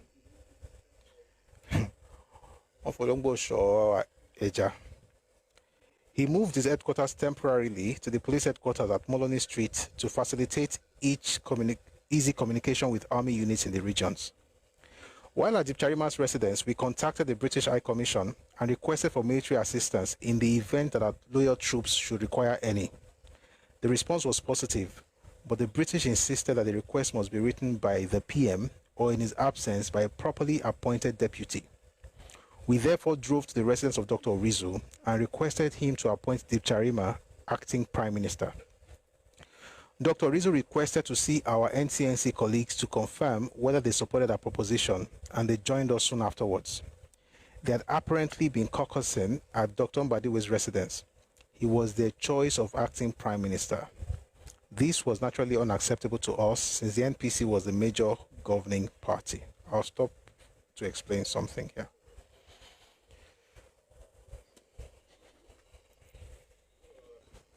I mean, we don't have to go through the events of the coup itself. We talked about it. We will have another session to talk about it when we read the book by Adewale Ademoyiga, Why We Struck. We also read about what happened to Memalari and how he was killed by Ifajuna. But let's leave all of that for now.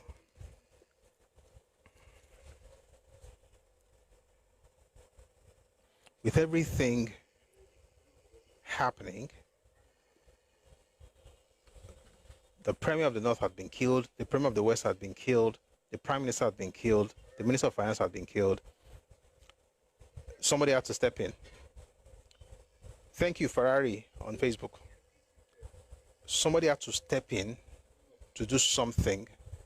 And so the NPC said, okay, the most senior member of parliament is Dipcharima, who is not even Fulani or Hausa, is Kanuri. He should be the acting prime minister. This was Saturday morning.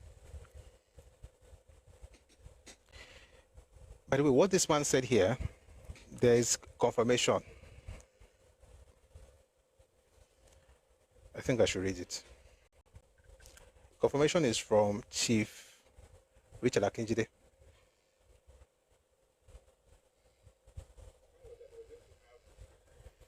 And I'm going to read it in a second. The point was that they were going to have Dipcharima become acting prime minister. And they needed to do that because they reached out to the British to help them so that in case they needed help, you know, in case the Nigerian army, you know, armed forces needed help, the British were able to support. The British said, oh, if you're going to get that, then you're going to have to give us a letter, write us a letter, but it has to be signed by the Prime Minister. And in his absence, by a person, you know, maybe in acting capacity. Since the NPC was the major party and the senior partner in the coalition with NCNC, and Dipcharima was the most senior parliamentarian, it made sense that they would make him the acting prime minister. So what did they do? They went to Orizu, who was the Senate president, but the acting president at the time, because according to Nigeria's constitution that we used at the time, in the absence of the president, there was no vice president. In the absence of the president, the person who steps into that shoe as acting president was the Senate president. It just so happened that the Senate president at the time was an Igbo man, Uwa for Orizu. The president himself, who was on vacation, was an Igbo man, Azikiwe. When they now went to meet Orizu, that guy, we have a person here that has to become the acting prime minister. And I said, oh, chill. Let me talk to my NCNC people and see if they're okay with it. This is what I thought they would have been thinking. Oh, maybe they want to say we should choose Akinjide or Awada or Shehu Shagari, someone from their party. It has to be someone from any. They got back. They said, oh, no. The person we're going to choose has to be another Igbo man that will become the acting prime minister. Mbadiwe. The same Mbadiwe, 24 hours prior, was having a meeting with Tafawa Balewa, working on the speech that he was going to deliver on Monday, 17th. They were working on the speech on the 14th, on a Friday. This is happening on a Saturday. He wants to become the prime minister. Let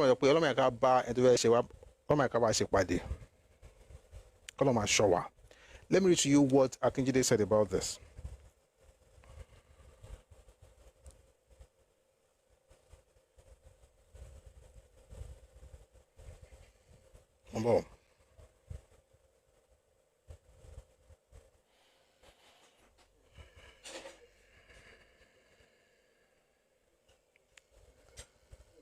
So here's the heading: Who destroyed Nigeria? This is Chief Richard Akinjide, who was also a member of parliament at the time. He says here, Nigeria's destruction started the first day we had the first military coup. And if things are right since then, I would like you to give me the details. I think politicians of the First Republic share in the blame of destruction of Nigeria by allowing the military coup. because military intervention in politics is an abnormal thing. But it happened at a time when Nigeria just started as an independent nation. I'm looking for the place where I talked about what happened. Oh, good. It says the politicians of the First Republic didn't manage the situation well and allowed the military to intervene in politics. Secondly, the politicians at that time, or those who were in charge, couldn't seize the opportunity and present leadership because the nation was in a state of anarchy for 2 days. We didn't have a head of government and eventually allowed the military to seize power. But then, no. Umbo. I'm looking for that specific detail with Nwa for Rizu. Umbo.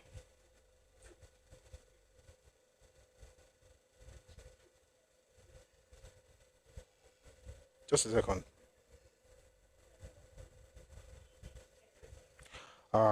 Good.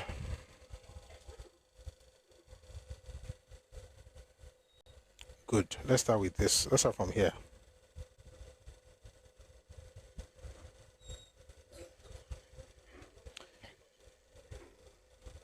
Okay, let's go back. There's a lot of stuff, so I'm trying to see which one should, because I don't want to go back to what I've read in the other book, right? Let's just go back a bit. It says Dr. Nandazikwe, the president, was outside the country, and the acting president, Orizun Wafo, announced that the politicians had handed over power to the military. Don't you think politicians of the First Republic, which you are a part, have a share of the blame? So somebody, that's the question. Then he says, this thing happened about 50 years ago. I was in that cabinet as Federal Minister of Education. When the head of the army of the British was to go, there was disagreement. There's something wrong with this. You know what? Let me look for another source. This thing is looking very... I don't know what's happening. 1 second, please. Don't worry. I'll find a cleaner... I think it's here. Yeah, come on, be...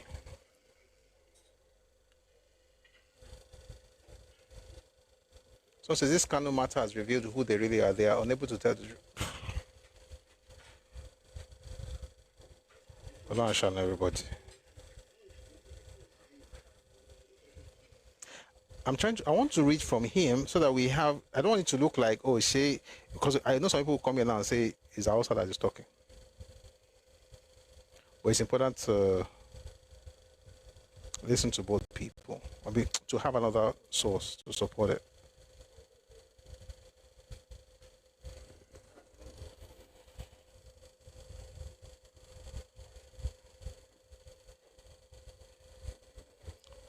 You know what? I'm going to find this thing later. I thought it was easy. God bless me. God bless you. Listen to this. Talking of the 1966 first school, when Balewa got missing, we knew Okotiebo had been held. We knew Akintola had been killed. We, the members of the Balewa cabinet, started meeting. But how can you have a cabinet meeting without the Prime Minister acting or Prime Minister presiding? So unanimously, we nominated acting Prime Minister among us. Then we continued holding our meetings. Then we got a message that we should all assemble at the cabinet office. All the ministers were requested by the GOC of the Nigerian Army. General Ironsi to assemble, the GOC of the Nigerian Army, General Ironsi to assemble. What was amazing at the time was that Ironsi was going all over Lagos unarmed. We assembled there, having nominated Zana Dipcharima as our acting Prime Minister in the absence of the Prime Minister, whose whereabouts we didn't know. We approached the acting President, Nwafor Rizu, to swear him in because he cannot legitimately act as Prime Minister except he is sworn in. Nwafor Rizu refused. He said he needed to contact Zik, who was then... It is the Interpretation Act. As acting president, Nwafor Rizu has all the powers of the president. The GOC said he wanted to see all the cabinet ministers. Okay, let me just stop here. I'll come back to this one later. The point is that he's saying that Nwafor Rizu was the acting president and they had approached him to appoint Dipcharima as the acting prime minister, but he refused and said he had to talk to Zik first. And he also had to talk to his people in NCNC. Now, when they were done talking whatever talk they were talking, they said it was Mbadiwe that was going to become the acting prime minister, which makes no sense. Why? NCNC that Mbadiwe Orizu Azikiwe belonged to, they were the junior partner in the alliance. That's one. Number two, we would have been in the situation where the 1944 dream would have happened in 1966, just like that, where you would have an Igbo president, an Igbo Senate president, an Igbo prime minister. And then, what was the vision of 1944? To perpetually rule the federation. That's the same, by the way, that I wrote nonsense called the Rebirth of Nation, insulting Awolowo. Anybody that insults Awolowo, I don't have respect for them. No apologies, because they are not going to apologize for saying rubbish about Papa. So, anyway, I just want to, what time is it? 8:07. Let's read a few more things before we go. So, we just confirmed that from Chief Richard Akinjide that indeed they had Zanadip Charima as the acting prime minister, but Nwafo Rizu, who was the acting president at the time, refused to swear him in. And when they had the meeting, let me read it here. Back to this book by Shehu Shagari, Beckoned to Serve. While at Dip Charima's residence, we contacted the British High Commission and requested for military assistance in the event that our loyal troops should require any. The response was positive, but the British insisted that the request must be written by the PM, or in his absence, by a properly appointed deputy. We therefore drove to the residence of Dr. Orizu and requested him to appoint Dip Charima acting prime minister. Dr. Orizu requested to see our NCNC colleagues to confirm whether they had supported our proposition, and they joined us soon afterwards. They had apparently been caucusing at Dr. Mbadiwe's residence. It was their choice of acting prime minister. This was naturally unacceptable to us since the NPC was the major governing party. NPC had more than half the seats in parliament. How on earth would they be the junior partner? Or would they allow Mbadiwe to become the prime minister? Thank you, Olu, Igbo president, Igbo prime minister, Igbo senate president, Igbo head of military. And that's why I say, well, as we continue, whatever we can get into today, maybe you have not heard it before, you discover that the coup was planned in such a way that I jokingly, but seriously actually, I call it two-factor authentication coup, or two-factor authenticated coup. There was the part of the civilian, there was a part of the military. The civilian did not work, then they switched to military. The military coup itself it had dual purposes. The revolutionary veneer, which was a facade, to be honest, but that was what everybody thought is revolutionary. But the real intention was behind that thing, which was ethnic. And by ethnic, I meant Igbo. By Igbo, I don't mean that everybody in Igbo land supported it. I'm just telling you the way it happened. So if you are Igbo, this is not to say that you are a coup plotter. I'm just telling you the same way we say there was a northern counter coup in July of 66. There was an Igbo coup in January of 66. And forget about the veneer. We don't care about the facade. Oh, there was a revolutionary coup. There was a revolutionary coup. The revolutionary coup plotters, they were used and dumped. E.g., Adewale Ademoyega, E.g., Zogo. BYOA says, I think the real planners are Ifeanyi and Okafor. You are still thinking, okay, well done. You are coming up. I don't think they are the planners. I know they are the real planners.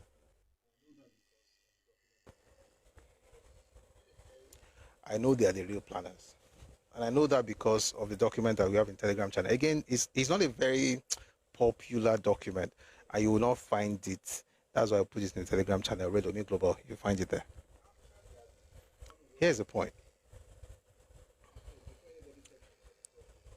After they had done what they did, this was before anybody talked to Zogo. Everything was still scattered. This was Saturday morning. Nobody had reached out to Zogo at this point. At that particular material time, what they were trying to do was that since we've done all these things, we're not going to have Mbadiwe become acting prime minister. As soon as Mbadiwe becomes acting prime minister, everything will calm down. Then we'll go back to status quo. But this time, everywhere is taken over by folks from the southeast. It's not even that difficult to understand. It's right there. I'm reading books, so nobody's making anything up.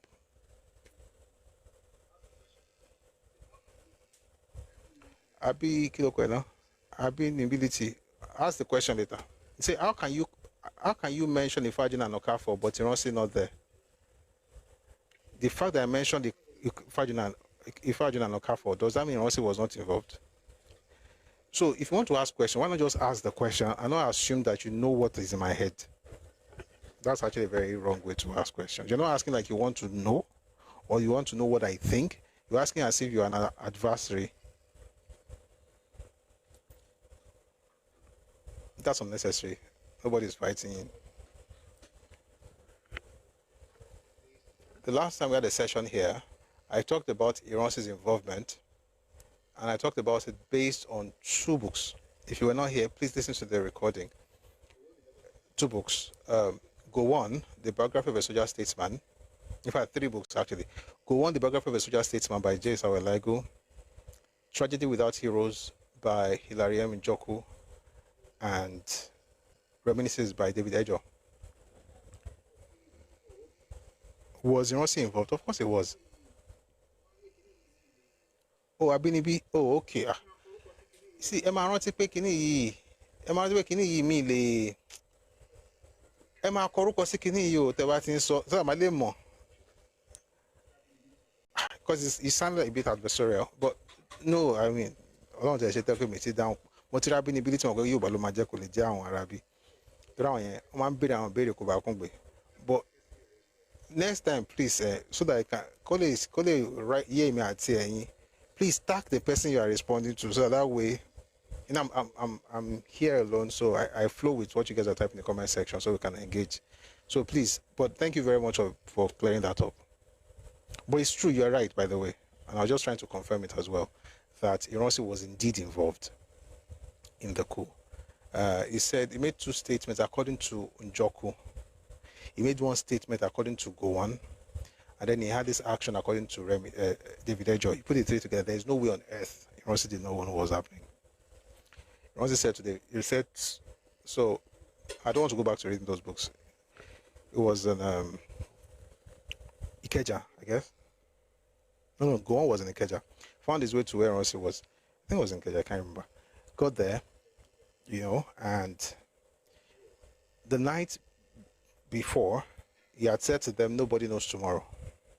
So enjoy yourself. And then he said something vulgar that was not typed, that was not printed in the book. But they said that it was vulgar. To Gowon and his girlfriend, who was an Igbo girl, by the way, Edith, said something vulgar to them and then told them that they should have fun, that nobody knows tomorrow. Gowon said he didn't understand the import of that statement until the early hours of that day, because they met around 12 p.m., around 12 midnight, or past 12, thereabout. I didn't know what that thing meant until around 5 a.m., because that was when he was woken up to be told that something had happened. From Njoku's angle, Njoku said they were all together. Njoku was there, Gowon was there, and then Ironsi was there. And Ironsi looked at them and said, or maybe not look at them, just talking to himself, but they said they will not kill anybody. Njoku said as soon as Ironsi made that statement, you find this in his book, A Tragedy Without Heroes.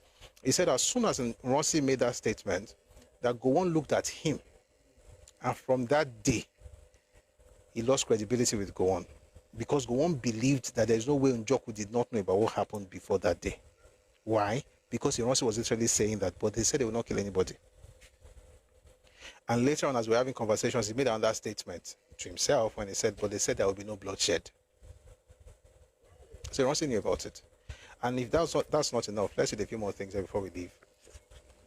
While we were at Orizu's residence, Major General Ironsi, who had seemingly secured Lagos, came in with some armed escorts. He requested for a tete-a-tete with Orizu. The two had about 40 minutes discussion in another room, while we waited anxiously in the sitting room, with the armed soldiers standing and staring at us. When Major General Ironsi finally emerged, he talked to the Charima Sotovose and then of Ochi and then drove off with his troops. Dr. Orizu then joined us, regretted his inability in the circumstances to oblige our request. He suggested we all return to our homes and wait until we were required. All efforts to get any clarification failed, and we left in utter desperation. What do you see happen there? You are talking. You want the chairman to become acting prime minister. NCNC says there has to be an able man. By the way, you're like, possible, call work. While you are saying your call work, you don't say arrives. That's the second authentication. Since you're not going to allow this one go, that one arrives, enters another room and stays there for 40 minutes. Doing what? Was busy. And this is what I think. I may be wrong, but I don't think I'm wrong. That those 40 minutes was not just between both of them. I believe. I may be wrong, but I believe that they were on a call with Azikiwe. How could I have that kind of belief? Because the very next day, Azikiwe had a press conference and he referred to a call with Nigeria and told the world what Nigerians did not even know and what Nigerians would not know until 11:50 p.m. of Sunday 16th. Azikiwe told the world in the evening of that same day, announcing that we now had a new Oga, a new sheriff in town, who would be Ironsi. How on earth would they know those things if he was not on a call? And he said he was on a call. He said it. You know what? In my mind, I think people are wondering, where did he say it? Let me see if I can find that video and play it so that you can listen to it. He said it. That he was on a call with Nigeria and Anjari Kineyo.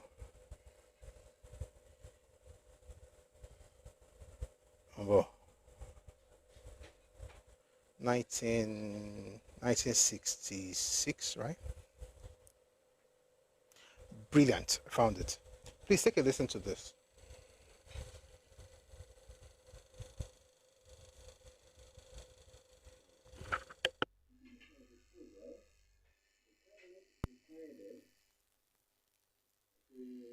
At my disposal, the cabinet decided to transfer power to him as the general officer commanding the armed forces.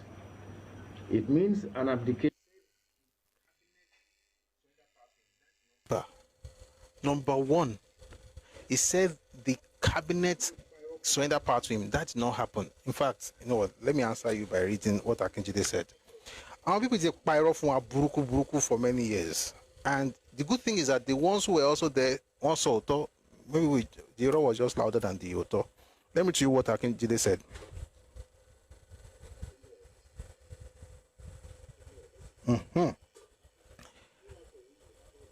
Under the law, this is Richard Akinjide. Under the law, that is the Interpretation Act, as acting president, Onwuafo Orizu had all the powers of the president. The GOC said he wanted to see all the cabinet ministers. The GOC, not that the cabinet called him. But what he's saying here, I'm going to read again from Shehu Shagari's book later. The GOC, that's Ironsi, called, excuse me, the GOC said he wanted to see all the cabinet ministers, and so we assembled at the cabinet office. Well, I have read in many books saying that we handed over to the military. We did not hand over. Ironsi told us that, quote, you either hand over as gentlemen or you hand over by force, unquote. Those were his words. Is that voluntary handover? So we did not hand over. We wanted an acting prime minister to be in place, but Ironsi forced us. And I use the word force advisedly to hand over to him. He was controlling the soldiers. The acting president, Onwuafo Orizu, who did not cooperate with us, cooperated with the GOC. Dr. Orizu and the GOC prepared speeches, which Onwuafo Orizu broadcast, handing over the government of the country to the army. I here state again categorically, as a member of that cabinet, that we did not hand over voluntarily.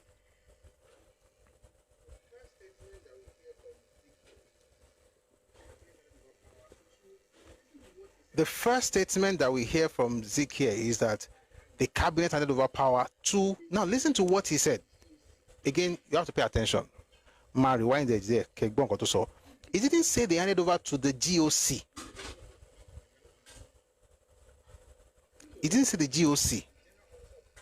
He didn't say General Officer Commanding of the Nigerian Army, which was what the GOC was. The General Officer of Commanding of the Nigerian Army. That's what Welby Everett was, and that's what passed on to Ironsi. Azikiwe used another phrase. Take a listen, please.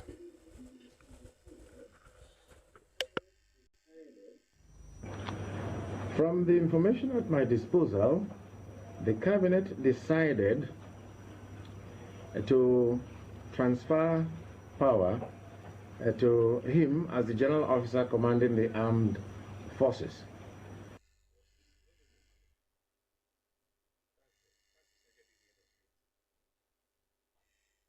Army.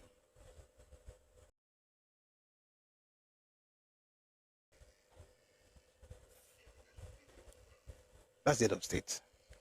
It's essentially telling us that, listen guys, you know what, I think I should play the longer version because there are some words. Go on, really no. I can play longer version so that phone call. I'll play everything and then we'll talk later. In order to help restore peace and harmony, I would gladly do so. I've been doing that all my life, and even when I was in the country before coming here, and when the Constitution was in. Is it clear? It's not sounding very loud from here. No, let's just listen to the other one.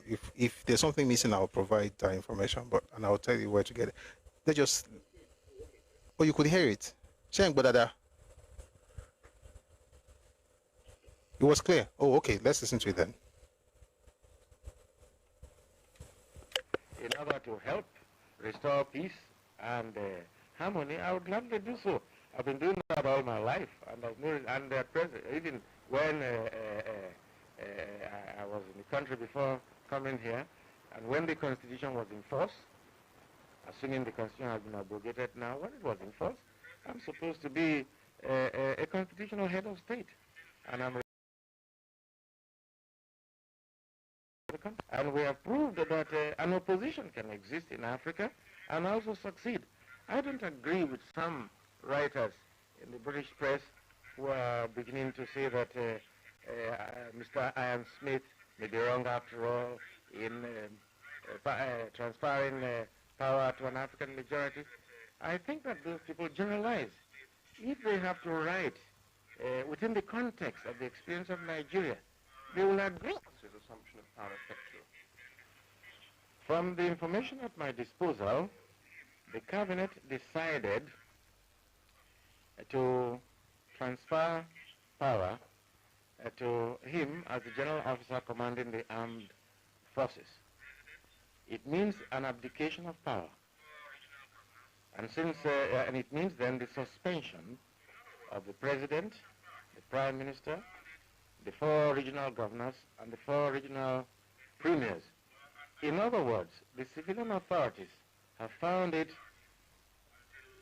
impossible to maintain law and order and have transferred same to the military authorities until law and order can be maintained. Are you or your cabinet setting a time limit on this assumption of power? I'm not in position to say because I wasn't there, but the acting president in a telephone conversation to me.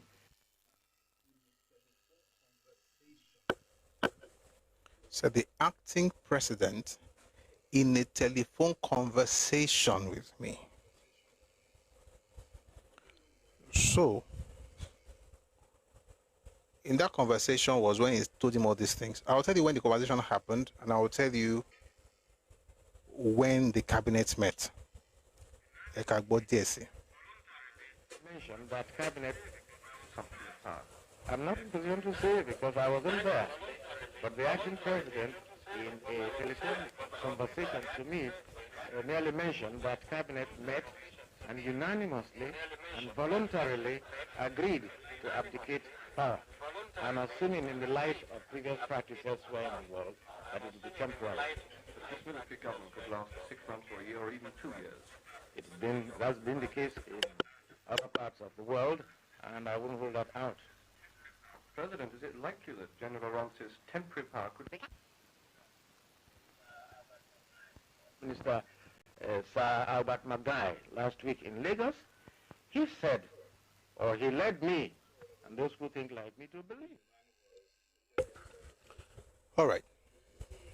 So, number one, he says the man was the general officer commanding of the armed forces, which was not a title that Ironsi held at the time. Number two, he said that there was a call. He was on a call with one for Rizzo, the acting president. Number three, he claimed that the cabinet voluntarily handed over power to the military. Well, the cabinet members are saying they did not voluntarily hand over power because they saw guns. Now, Akinjide said it earlier. Let's listen to Shehu Shagari. You know, every day I come here, you may not see anybody else with me, but I'm surrounded by people with their books, so they can talk, even though they are dead. So let's listen to what we're about to. Wow, 8:27. Wow.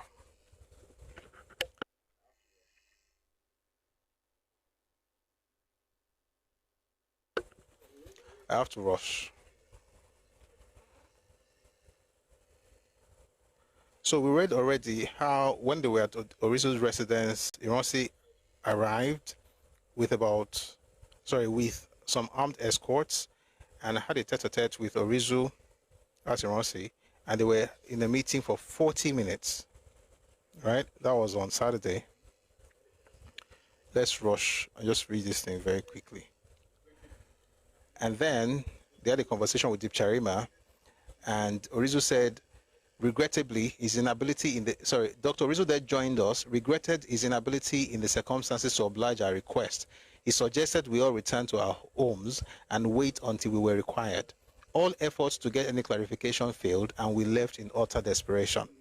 I was about to break the Ramadan fast on Sunday 16th January, when all ministers were asked to report to the cabinet office at 6:30 p.m.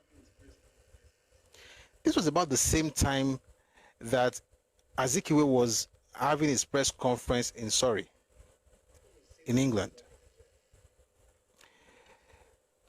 Where did he have that call? How come he's saying exactly what's happening in Nigeria? Anyway, I was about to break the Ramadan fast on Sunday 16th January when all ministers were asked to report to the cabinet office at 6:30 p.m. The whole premises was surrounded by soldiers in battle order that some of us initially hesitated to enter. In the cabinet chamber were Major General Ironsi, Bukar Dipcharima, and Ibrahim Tanko Galadima. There were no officials present. Major General Ironsi admitted to us that he had been unable to suppress the rebellion. Shede said that Ironsi suppressed the rebellion. He's saying here that Ironsi said he has been unable to suppress the rebellion, which he said was getting out of hand. He stated that the mutineers were in control of Kaduna, Kano, and Ibadan. Actually, they were not in control of Kano. Ojukwu was in Kano. Ojukwu had closed down the airport. Ojukwu did not know, well, they didn't know where he stood. He could be on this side, on that side. But anyway, let's just continue reading. He said that the mutineers were in control of Kaduna, Kano, and Ibadan, and had killed two regional premiers, Sir Ahmadu Bello and Chief Akintola. They had also murdered a number of his best officers, including Brigadiers Malari and Samuel Adesujo Ademulegum, the commander, 1st Brigade Headquarters in Kaduna. Ironsi was full of emotion. And even shed some tears. When we asked him about the whereabouts of Sir Abubakar and Chief Okotebo, he said he still did not know, but averred that efforts were being made to locate them. At this stage, Mbadiwe broke down and kept crying. Please, where is the Prime Minister?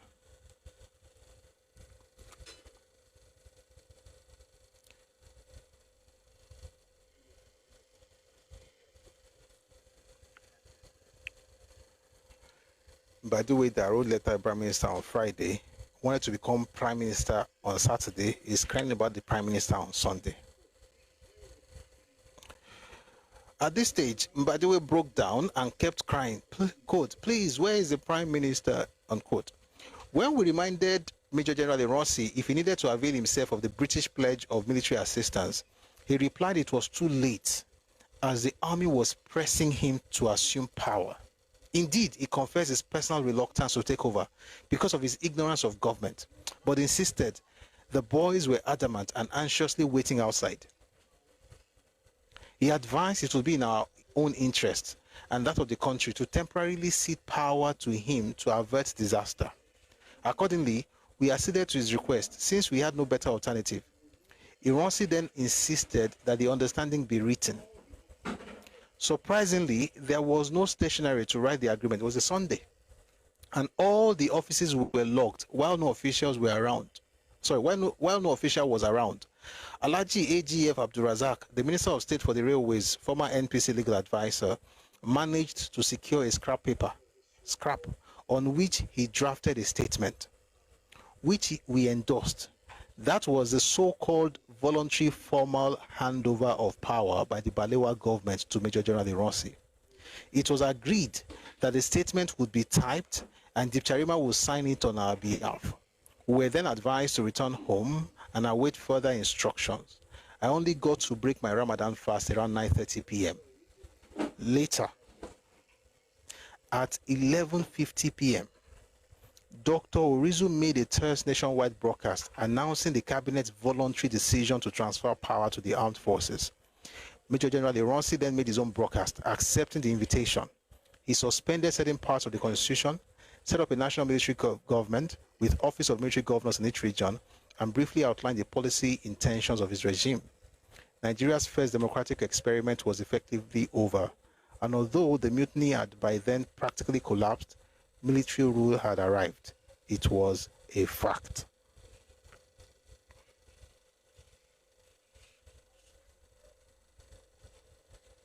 We continue from here next time. When we say something is Igbo, people are crying and say, oh, you are bigot, you are tribalist, you are dunce, you are a dunce, you are ignorant, and you are trying to manipulate the rest of us. So you are a bigot, you are a tribalist. That's the history.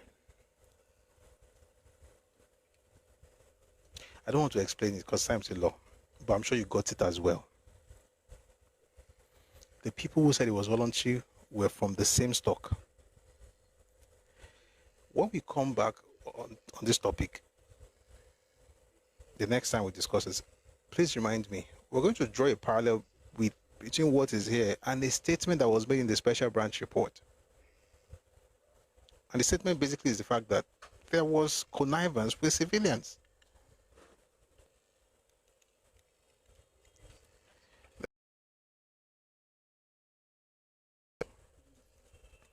These things can be discussed in public without anybody feeling the need to call the rest of us names. The wounds of that first coup will never be healed. And when I say the wound of the first coup, I'm not talking about what the Igbos are saying. I'm talking about things that affected the North. But it affected the West too, because we were always collecting somehow, but we will not collect bad things again. That thing, until that conversation is had, you know, there are people in that North who still cry when they discuss the death of Sadauna. This is 2025. The thing happened in 1966. It's going to be 60 years next year, and they still cry. It wasn't just about the fact that he killed him. It was about the things that happened in quick succession. Friday, people were talking about the rumor. By Saturday, in the early hours, once Shekolova had killed the people that wanted to kill, that same Saturday, you're already scheming to have power. By Sunday, power was transferred to your man. By Monday, that man what's the word now? He had sent certain people to actually remove Victor Banjo. That one, being a good Nigerian, good people, had gone in and they were about to kill him. The only reason they didn't kill him was because there was a guest sent him to one ship, from the ship to Kirikiri, for doing nothing. Anybody that could be a threat, and that's why look at the pattern of killings on January 15. Anyone that could be a threat to Iran, and the person that did on 15 on 16 on 6 on that same 15 is saying that it has to be in Badiwe. And if that's not going to work, there has to be what Azikiwe called the GOC of the armed forces. We didn't have anything like that in Nigerian history until he said it. We had a commander, what's it called, of the Federal Armed Forces, right? That's what they call the president. And we had the general officer commanding of the Nigerian Army. They had the meeting to sign that document at 6:30 p.m. in Lagos. Zeke was telling the world what was happening in Surrey around the same time. Nigerians did not know anything about it until 11:50 p.m. If you think Nigerian history is beautiful, let's just say that. Let's just say it like that. May God heal.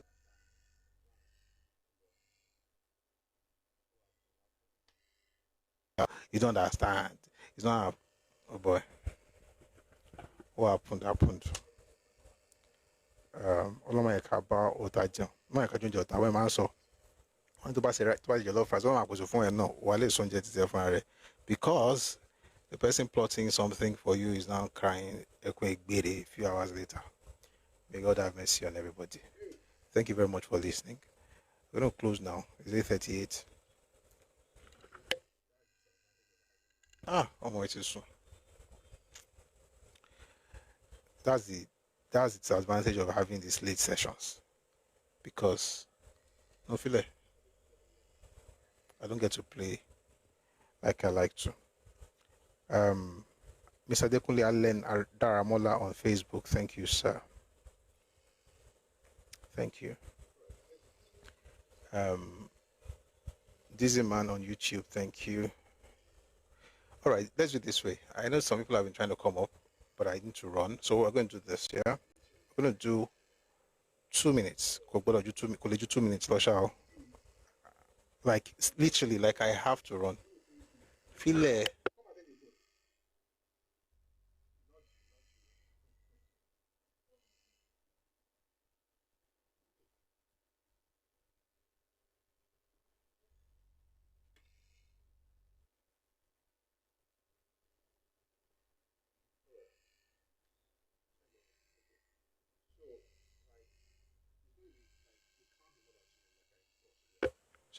okay.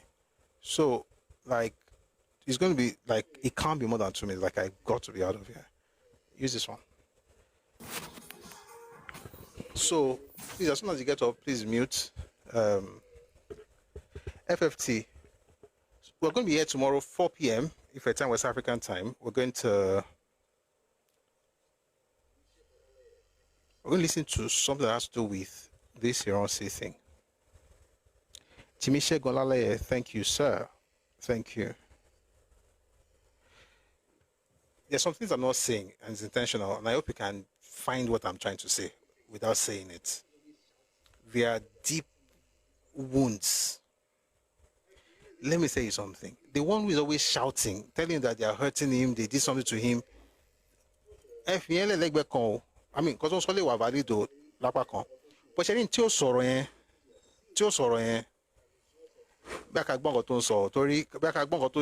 Because some of the things you are seeing are results of things not said. But the pain is there. People know what happened. And it gets worse, by the way. This is not the end of the episode. We'll continue from here next time. FFT, let's quickly have you, please. Good evening. Yeah, good evening. Mr. Remy Guy, thank you, sir. Good evening. It's just that this new arrangement is not, we're not used to it yet. So I just used to come in and out of the life. But I just have to say that the people that are not speaking up should actually speak up now. I've been seeing a lot of them on Twitter now, talking more than they used to say. And I just want to encourage people to talk more, because the people that have been using victim for political strategy, it's about time we they stop having that privilege, and the people that really that really went through it should really talk. I don't know if you saw the video of one Bakana people, and then people went under the comment section saying the soldiers that were talking, the man that was talking was an old soldier that is a Yoruba man. They're just trying to sell his story. So I just want people of the Niger Delta to come out, say your story. They will tell you that you are saying rubbish or you've been bought or whatever, but it's still your story. And if you don't say it, we cannot help you. And then when it comes to the old the issue about how Ironsi, used style to enter power, saying they forced him. I think for some of us that has been here, that has been listening to you for a long time, we've read this book and this story a long time, so we know that that is not true. And I hope that new people are joining this live, because I'm not always conversant here like I used to because of the time, but I hope new people are joining, they are learning, because what can actually help us in this country to move forward is everybody, know the true story of this country. Let the people that are at fault be apportioned the blame. The ones that are not at fault, we should care for them, and let everybody know their boundaries. Simple. Thank you so much.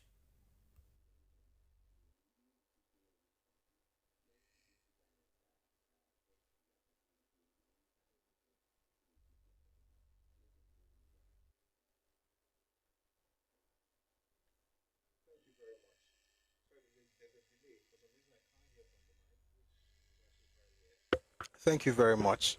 Sorry, there's a delay. For some reason, I can't hear from the mic, which is actually quite weird. But at least I heard what you said using the speaker. But thank you very much for your submission. And let me say this. Every region in Nigeria has actually spoken about what happened in their regions and what they felt about the events of the 1960s. Every one of them. Ademolu Adeunuga, we changed the time. It's now 4 p.m. We start at 4 and then we end 8, which although is almost 9. But it's 4 p.m. now. Instead of 1, we've changed it to 4 p.m. And it helps so that, can do other things. A lot of studying. Anyway, the point I'm trying to make is this. All the regions of Nigeria, everyone, the north, the middle belt, and I'm separating it for a particular reason, because they have another perspective. The core north, the middle belt, the west, the south, and the southeast. Everyone has written. It's just that it's only the narrative from the east that we know. Why? Because we like the underdog story. We like the story of an underdog. David and Goliath. That's the issue. But all of them have written. And some of those things are coming out. Some of those things have been out since the 1960s, 70s, and 80s. There's none of those books that was published after 1980, 85, 86. So they're out there. It's just that we're used to one single narrative, and that narrative is always, they did this. I mean, everybody has a right to their story, especially if it's the truth. But the important thing is that regardless of what everybody is saying, we are going to have to listen to everyone. Regardless of what some people are saying, we're going to have to listen to everyone so that we have a better understanding of the events of the past. May God bless Nigeria and every part of Nigeria. And may this country work, and may folks find healing. And at some point, may we actually move away from, playing the victim and doing stuff, but actually taking responsibility for what happened. And then, Nigeria will work like Barrow alone. And if you're Yoruba, remember what the Baba said earlier today. We have a lot of work to do. And please, tomorrow we'll be here, 4 p.m. If a time, West African time, we'll be discussing something along these lines. Listen to one of the recordings tomorrow. Or is it that or Akintola, one of those two, right? List of books. No, I don't do list of books. What I do is I just mention the books. Just anyone you can take, just grab, I beg. But you can go to Radio Me Books on Telegram. Radio Me Books. There are different sections and categories. You have the Civil War, Bafmawala War, biographies, and so on and so forth. Some of those books are there. So that helps. But list, àwọn èèyàn pọ̀ díẹ̀ o. So yẹ ká ṣe bẹ́ẹ̀. Are you aware former governor of Bayelsa is implicated in the coup? I'm aware, but I'm not sure. I saw it in the morning, but I am not sure. And I want to be sure before I say it. That's why I didn't say it. So once I'm sure, I will say it. So Mr. Olade, I don't know if it's Mr. or Miss. Olade Okunla. That sounds like a female. But please check Redomi books. There are books there, and different sections. Some of the books I've mentioned, you will find there. Interesting. I think I even mentioned a new book today. So we mentioned the examine here. But you can find 1 or 2 free materials in Redomi Global. It's our Telegram channel. Okay, so you find some stuff. But if you want to get into books, go Redomi Books on Telegram. We'll be here tomorrow 4 p.m. On Friday, we're having Redomi Republic. That's our game show. We're talking Nigerian history, Nigerian politics, Yoruba culture, Yoruba history, and things like that. Please join us. If you want to be part of it, register. It doesn't take a lot of time. Just sharp. Linktree/Redomi Republic. You find a form there. Fill the game show. Before we go, we're going to play our anthems. We usually play Nigerian anthem and Yoruba anthem. I found a new version of the Nigerian anthem, and I hope it works, and I hope we don't have copyright strikes. But we'll never know if we don't try, so we're going to try. So this is the Nigerian national anthem, and after this, we'll play the Yoruba anthem. Thank you very much for being here. Thanks to everybody who power tapped and liked the live. Thank you for sharing, whether you're on Facebook, on YouTube, or TikTok, or Twitter, or even Twitch. Thank you very much for your support. And those who gave gifts, whether it's on YouTube or TikTok, thank you very much for your generosity. Thank you very much for supporting the live. We do this every day. And thank you for being the wind beneath our wings. And there's some people actually sending me some messages. Sorry, I saw a message actually, not some, just a message from someone on Facebook that they're supporting the live, the game show. Thank you. May God bless you. And everyone, let's support it, right? If you would like to support what we're doing, please reach out to me. Oh dear, I should have put up an account. The account is, I'm going to put it up while the anthem is playing. If you'd like to support what we're doing, where is hello?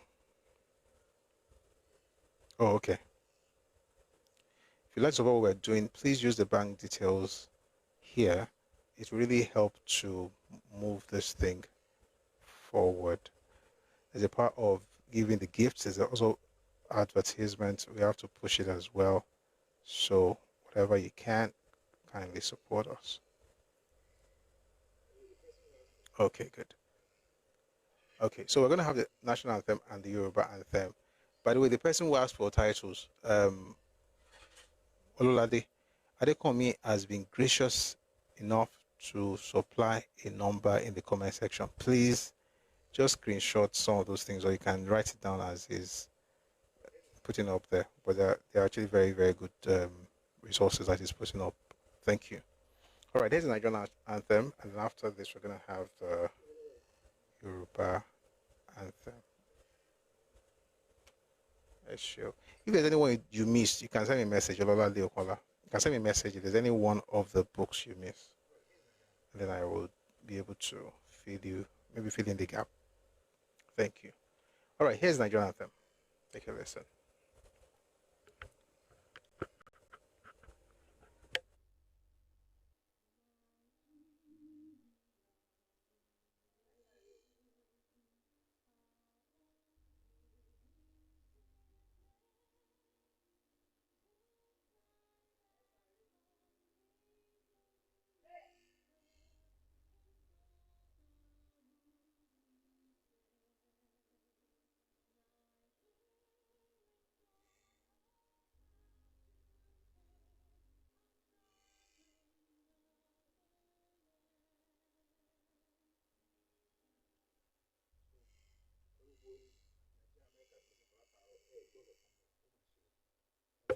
So, pẹ̀lú boring Nigeria, America àti mo ti ń kọ látàárọ̀ gbọ́n kankan bẹ́ẹ̀, ó mà ṣe o.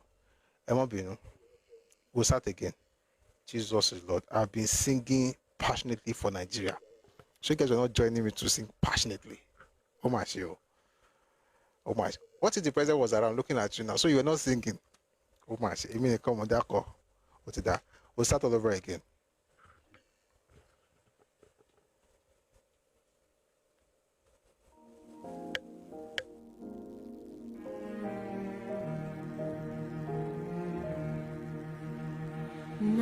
Nigeria, we hail thee, our own dear native land. Though tribe and tongue may differ, in brotherhood we stand. Nigerians all are proud to serve our sovereign motherland.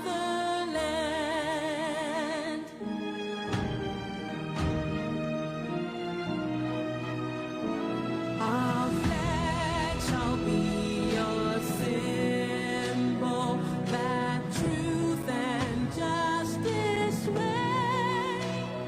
In peace or battle honored, and this we count as gain.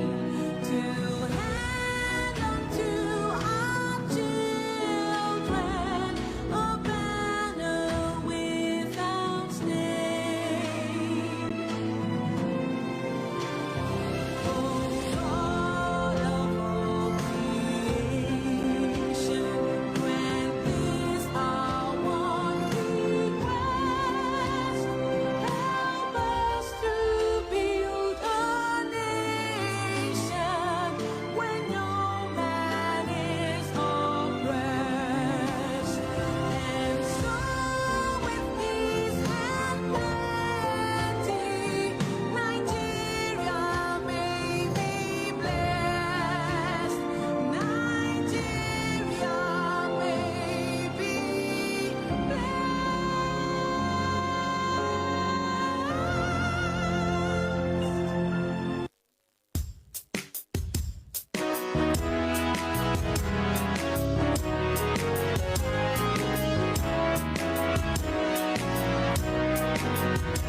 Iṣẹ́ wa fúnlẹ̀ wa, fún ilẹ̀ ìbí wa. Kàgbéga, kàgbéga, kàgbéga fáyé rí. Ìgbàgbọ́ wa ni pé bá ti bẹ̀rù làbọ̀ mọ́. Ká ṣiṣẹ́, ká ṣiṣẹ́, ká ṣiṣẹ́, ká jọlá. Ìṣọ̀kan àti òmìnira ni ẹ jẹ́ ká máa lépa. Tẹ̀síwájú fọ̀pọ̀ ire àtòhun tó dára. Ọmọ òkàdìlé, bọ́ sípò ẹ̀tọ́ rẹ. Ìwọ ni ìmọ́lẹ̀ ògo adúláwọ̀. Àwa ni ìmọ́lẹ̀ ògo adúláwọ̀.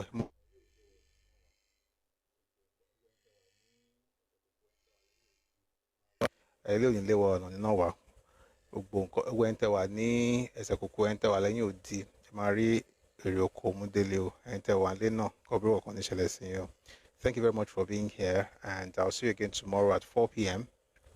Ife time, West African time. We're going to have another fantastic session, and it's going to be shorter.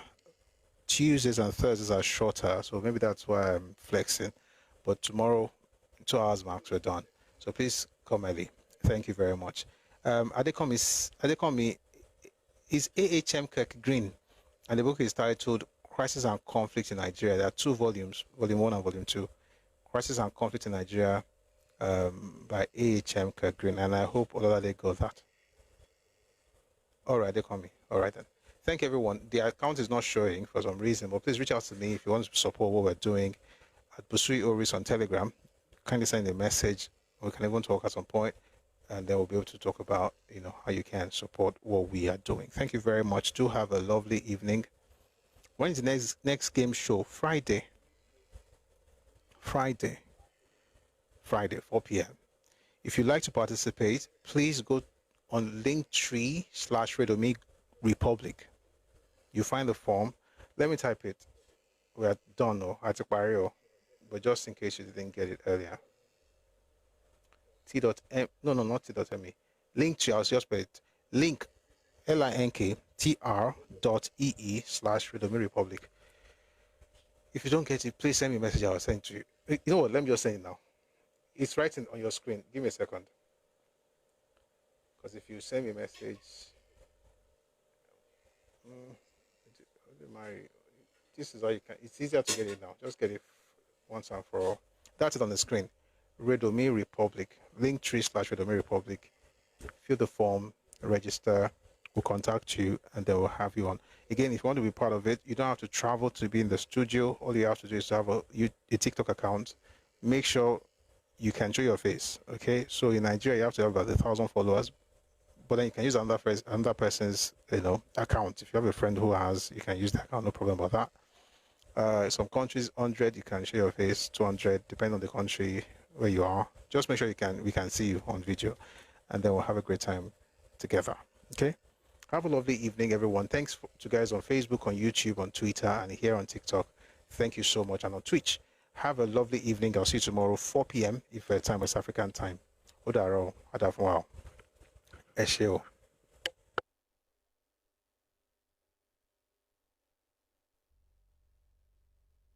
Rex. Ray. Let's play with 4.